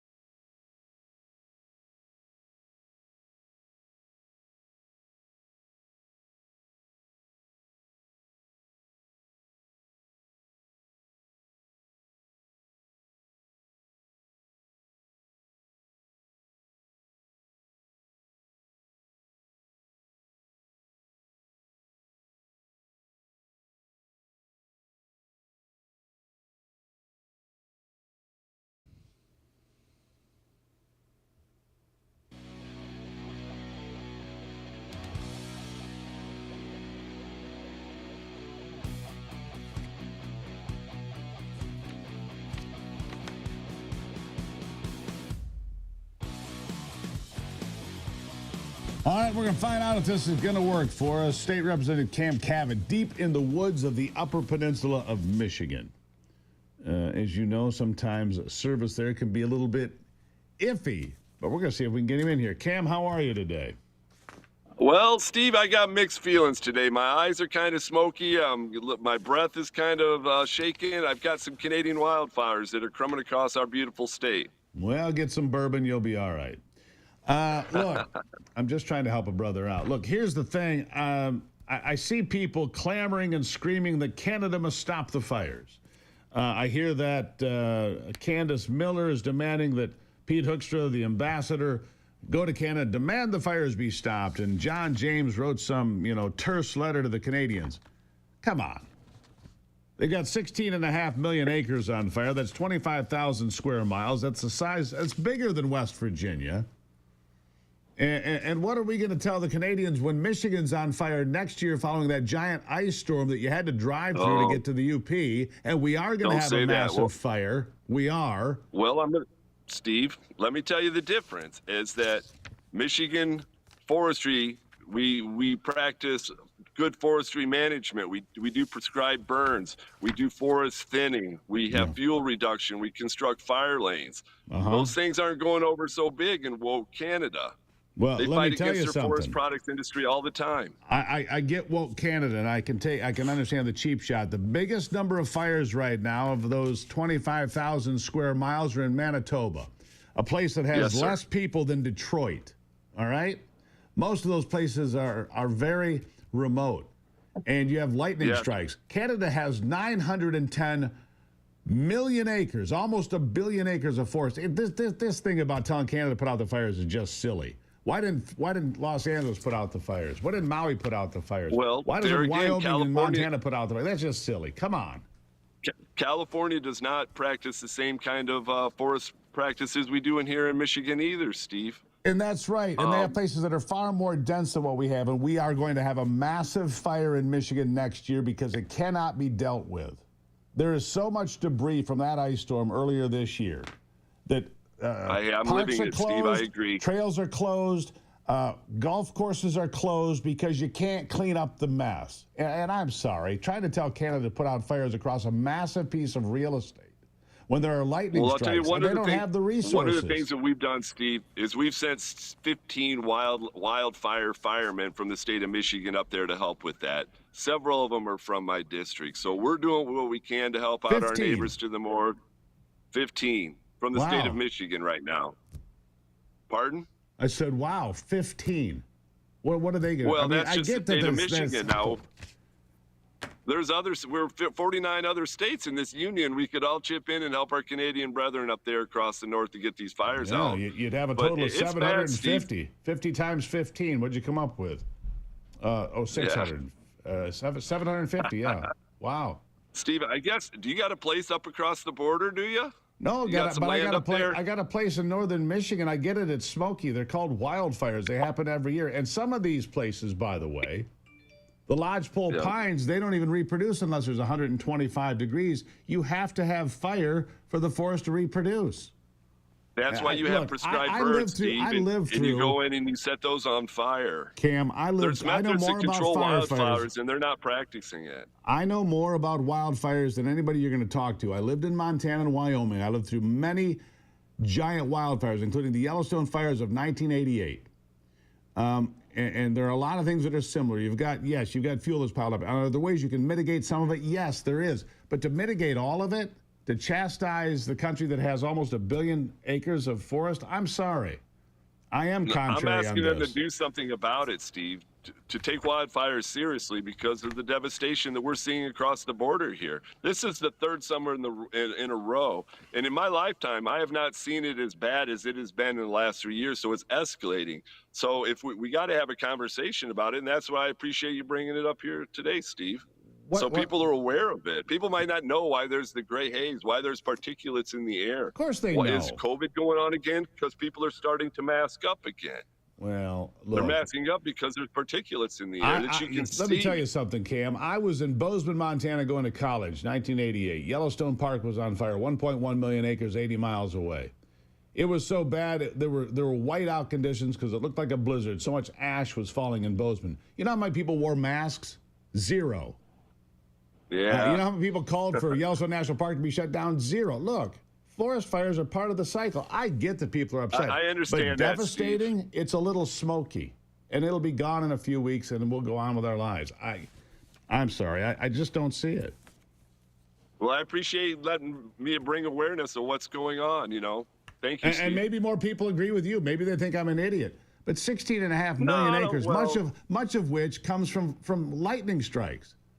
I mean, Canada does not have the resources to fly around 1 billion acres of forest to try to put out every little fire that starts that turns into a big fire because of 60-mile-an-hour winds. You got tremendous amount of fuel and deadfalls. I have fished in lakes in Ontario that are not even accessible during the summer because there's so many deadfalls to get to them. And look how big Ontario is. You're going to go through a chainsaw crews and do backburns and everything. It's financially, it's not feasible. I don't believe. But hey, that's my opinion. But I'll give you the last word here. All right, let's put a tariff on that smoke, Steve. I don't disagree with that. I mean, I don't care if we kick the hell out of Canada with I don't care if we kick the hell out of them on tariffs and trade. I think they're mad at Trump, Steve. What's that? I think they're getting back at Trump. I think all this smoke is just to get back at Trump. Come on. No, I'm just kidding. Just kidding. Anyhow. Just kidding. I think you look great in a mask. I'm sure of it. I have no doubt. No. Anyhow, Cam, I just take a contrary view. I've been around so many forest fires. I've covered them. I've been in the smoke jumpers. I've been in the helicopters. I just think that I think it's just asking too much to put out all the fires. Anyhow, greatly appreciate you being here. The average Michigander hasn't, Steve, and we need to educate him about it. Fair enough. I think we just did. All right. Or you did. Thank you. Or I did. Cam, have a great vacation. There you have it. Thanks, Steve. Yep. Yep, it's smoky.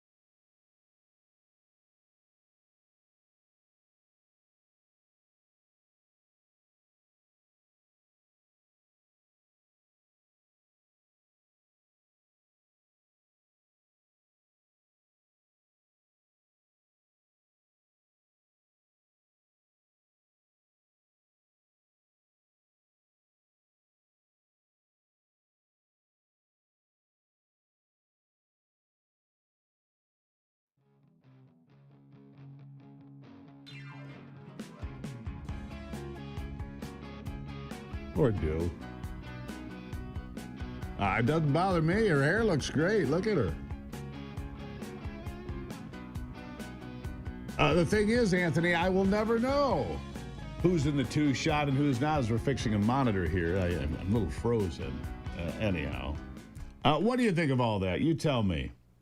Look, so here's the problem with putting out all the fires, right? We learned this in Yellowstone in 1988. And trust me, I know a lot about forest fires. I covered them extensively for years. I was there in Yellowstone on Black Saturday, 1988, when Old Faithful Lodge almost burned. I was there in person covering it for KBMN. It was a radio station I worked at the time. Here's the problem if you put out every fire. You end up with what happened in Yellowstone, which is out-of-control fires because you continue to pile up fuel. The reason that Yellowstone burned the way it did in 1988 is because for decades previous to that, they put out every fire. Their goal was to have every fire out by 10 o'clock the next day. Well, if you continue to do that, the trees get deeper and deeper and deeper until you have a perfect storm of fires. So you can sit. The reason you're having fires in Canada is because they need them. They need them. The forests are obviously overstacked with fuel. It's the life cycle of the forest. Lodgepole pines, easy example. It takes 125 degrees for lodgepole pines to reproduce. For their cones to open, it has to be above 125 degrees. And then these big fires create their own weather systems. It creates an airflow. It pulls air in from below, shoots it out top. Guess what? That's what those little seeds from the pine cones float on to get downrange to repopulate the forest. This is how it works. It's called, they love it. It's called science, my friends. And yes, fire is part of the cycle, which is why you have big fires in California, Canada, Montana, Wyoming, and yes, coming next year to Michigan. And you can say what you want, but we have no chance, none, of getting ahead of that. There's hundreds of square miles. How many people with chainsaws do you think we have? Settle down, folks. Put on a mask if you want. Stay in the house. Have an iced tea. But there are going to be fires forever. I'll be back.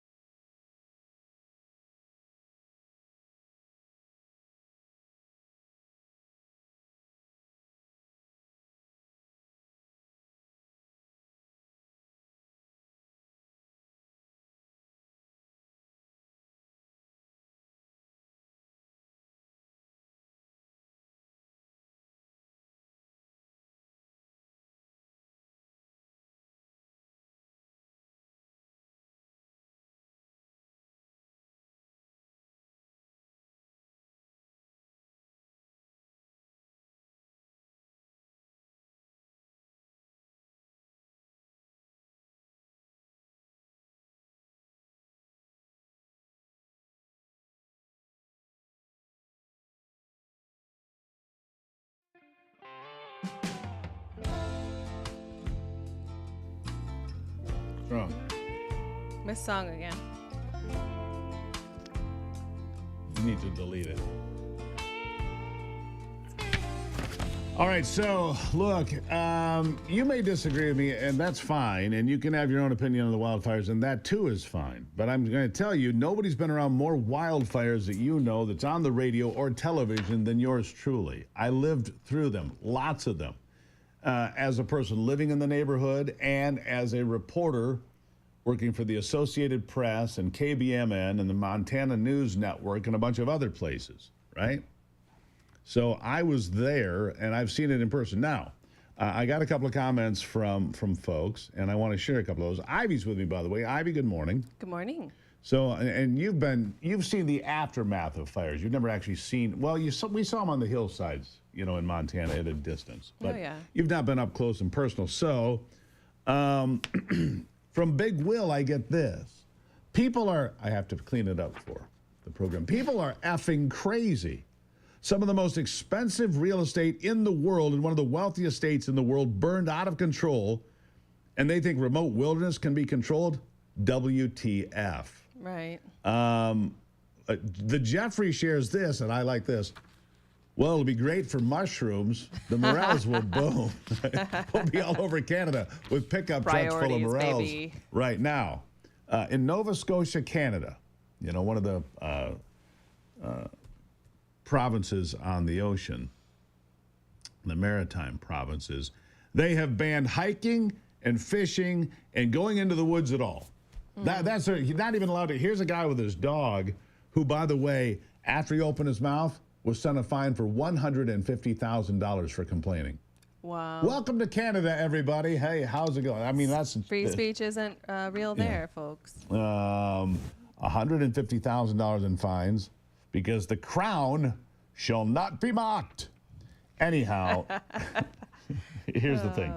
Look, I get that people don't like the smoke. Yeah, I mean. But the idea that, well, just go put the fires out. Again, what I explained before the break, and maybe you're listening to me, because you know that I went through that, Black Saturday and Yellowstone National Park and all the things. Quite frankly, you almost got trapped there. No, we did get boxed in. We were boxed in. We go down this road closed. Go down this road, and there's only so many roads inside Yellowstone. We were boxed in for a while there around Yellowstone Lake and finally got out of there. Anyhow, the reason Yellowstone burned that way is because they put out every fire for years, for decades. And once they took off, you couldn't stop them. So if you did the same thing in Canada, okay, put out every fire, put out every fire, what's going to happen? You're going to have, it's going to stack like cordwood. In fact, exactly like cordwood. And then it's going to burn. And then you're going to get a storm where you got 50, 60, 70 mile an hour winds. And then you're going to get crowning. Crowning is when forest fires burn only the top little bit of the trees. It's a crazy thing to see. I've seen this from, well, we would fly in Sikorsky helicopters, the clamshell back end so the smoke jumpers could come and go. I mean, I've seen all of this. Right. And people are just... Well, I think that a lot of people don't really grasp how many acres that we actually have in America. And not only that, but then if you think about Canada. 910 million acres of forest. And honestly, when I hear people say, oh, they need to have better forest management, I think that those people have never set foot in a primitive forest because you can't get to some of these places. Right, well, think about this. Many of them are mountainous. Right. And how do you actually, when you think critically about this, how do you actually think that this is going to work? You're not thinking critically about this. My thought is, what are you going to do? You're going to clear the forest to get to the forest? Right. Well, here, one of the greatest... What are you going to do that? Are you going to do that in a national park? How's that going to work? I started talking about this in the last, just a minute ago. One of the greatest fishing adventures of my life was in Ontario. And you've heard me talk about this. We went into lakes where the Crown, which is the government, had stocked brook trout. Right? And they had these giant brook trout. They were just like 4 and 5 pound slabs. It was just the best fishing ever. We were killing them. The one guy that was from Canada was killing me more. But anyhow, we caught a ton of them. The only way to get to these lakes is by helicopter in the summer or by snow machine when the snow's really deep because there are so many deadfalls. The forest is so deep with dead trees and broken trees. I mean, just immense. You can't get to these places, which is why the fishing was so off the hook. We took a little Robert's R-44 helicopter to get in there, right? And the fishing was off the hook.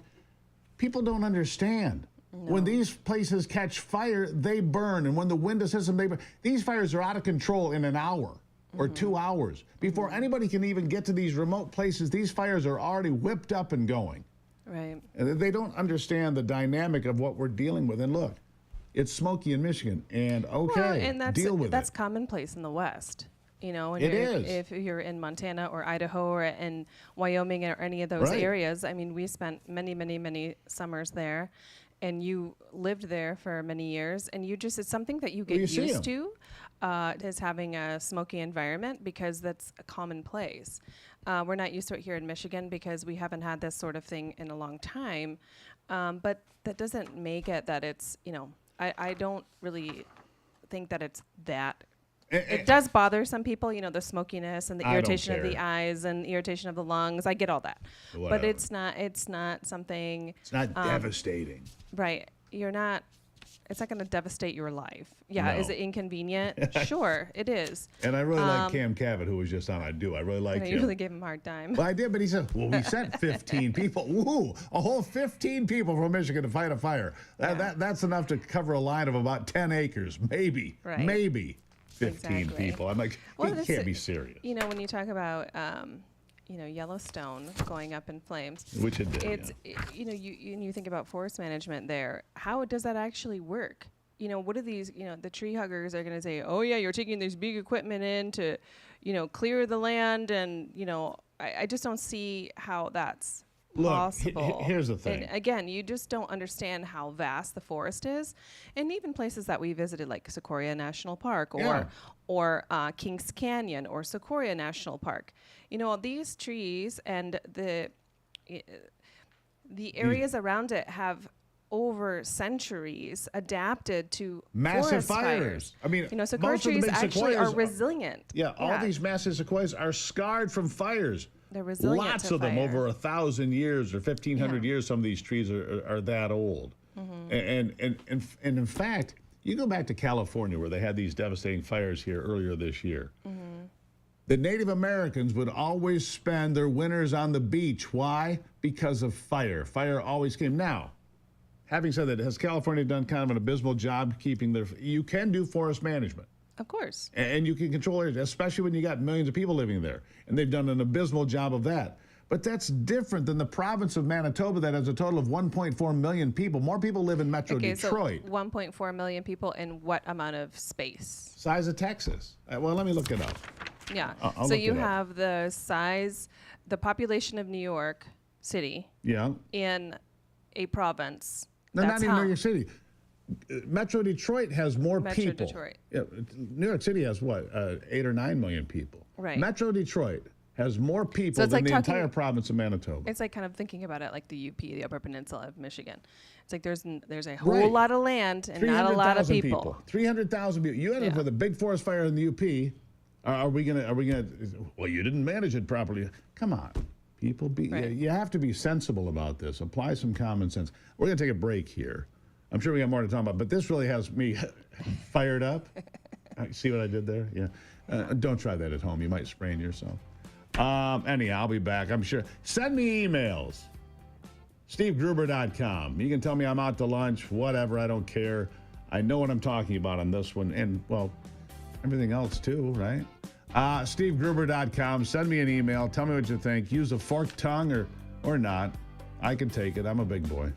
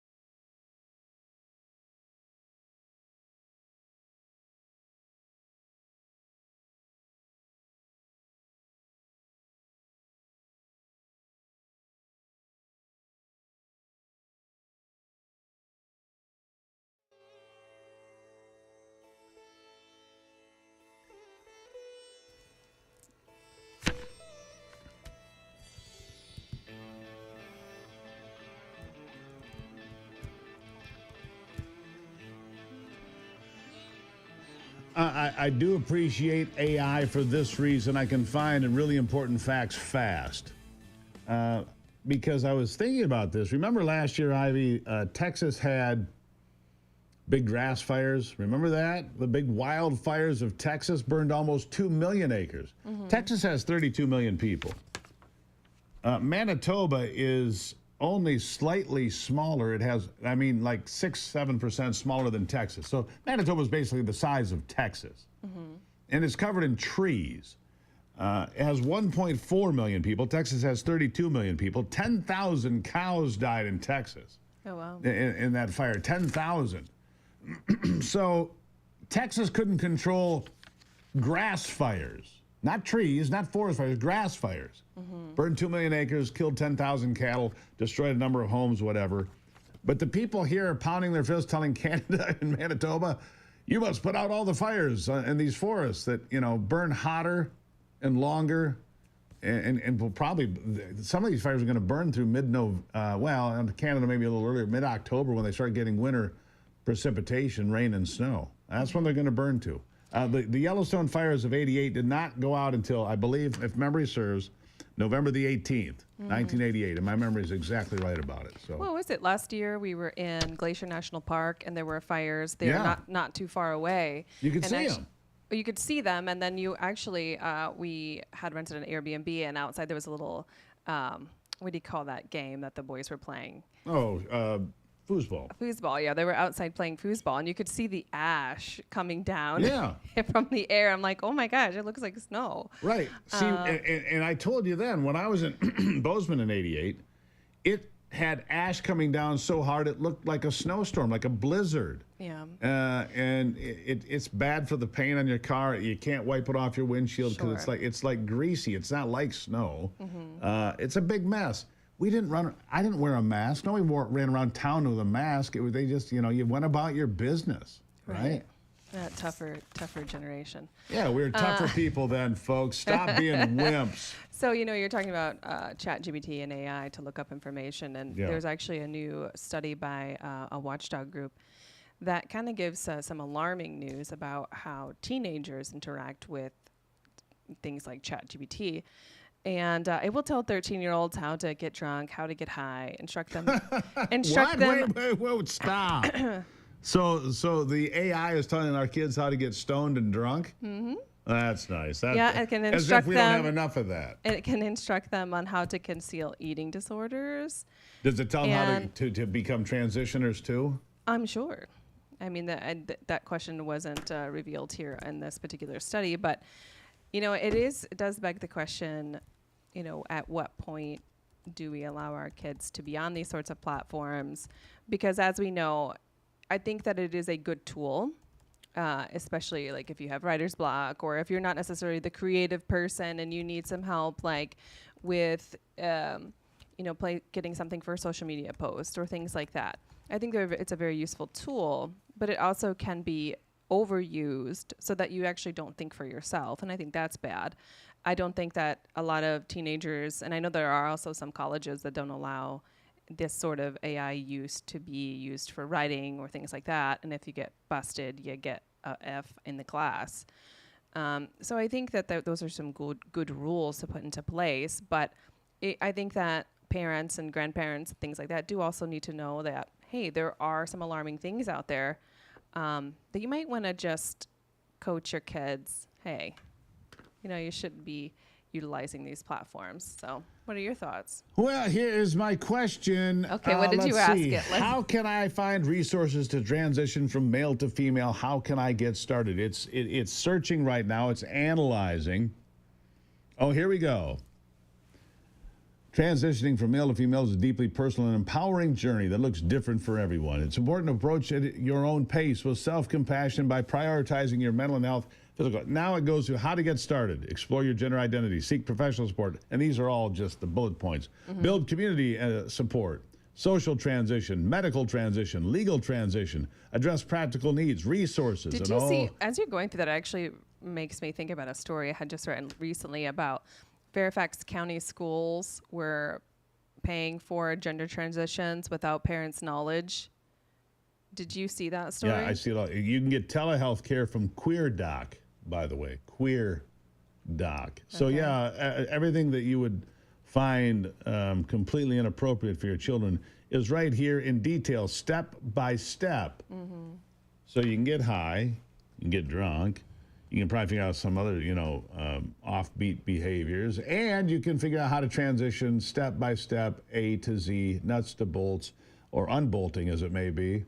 And all steps in between. It's frightening stuff. So AI is a great resource. I can find out about forest fires, but I can also find things that are dangerous. That's great stuff, Ivy. Yeah, just be aware of your, what your kids are doing.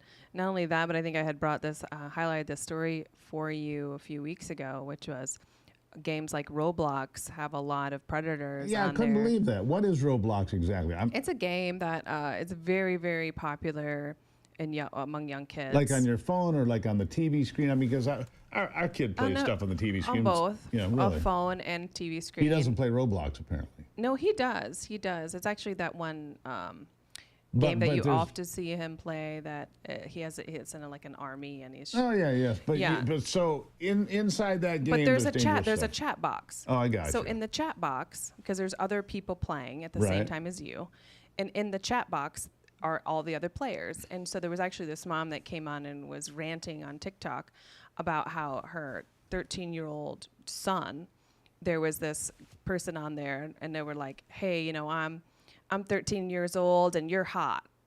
And he's like, oh, I'm just kidding. I'm actually 23. And then you can see the interaction going on. Oh, and then also there are certain places that you can go. There's other games and there's like sexual intercourse happening. Predators are everywhere. I got to leave it there. Anyways, yes. But just being aware aware of of this more tomorrow. Bring me the games tomorrow for Free for All Friday. Thank you. Thank you. Love you. Love you. Programming note for tomorrow, Free for All Friday. We're trying to fix an issue with our phone lines. We hope to have that fixed for you because we love Free for All Friday. I do. I'll be back with some final thoughts after this.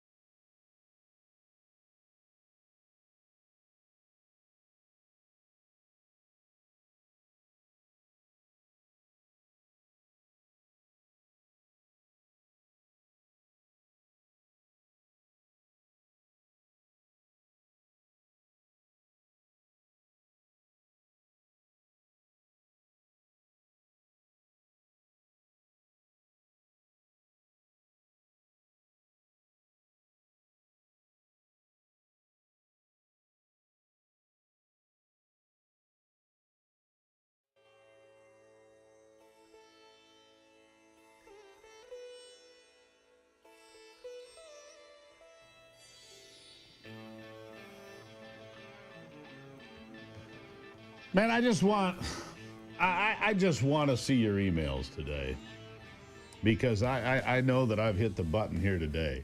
Some people are like, well, you just got to stop the fires, Gruber. You don't know what you're talking about. I know exactly what I'm talking about. I have this thing that you can't replace by looking at social media posts. I have this thing, it's called experience. It's a valuable tool.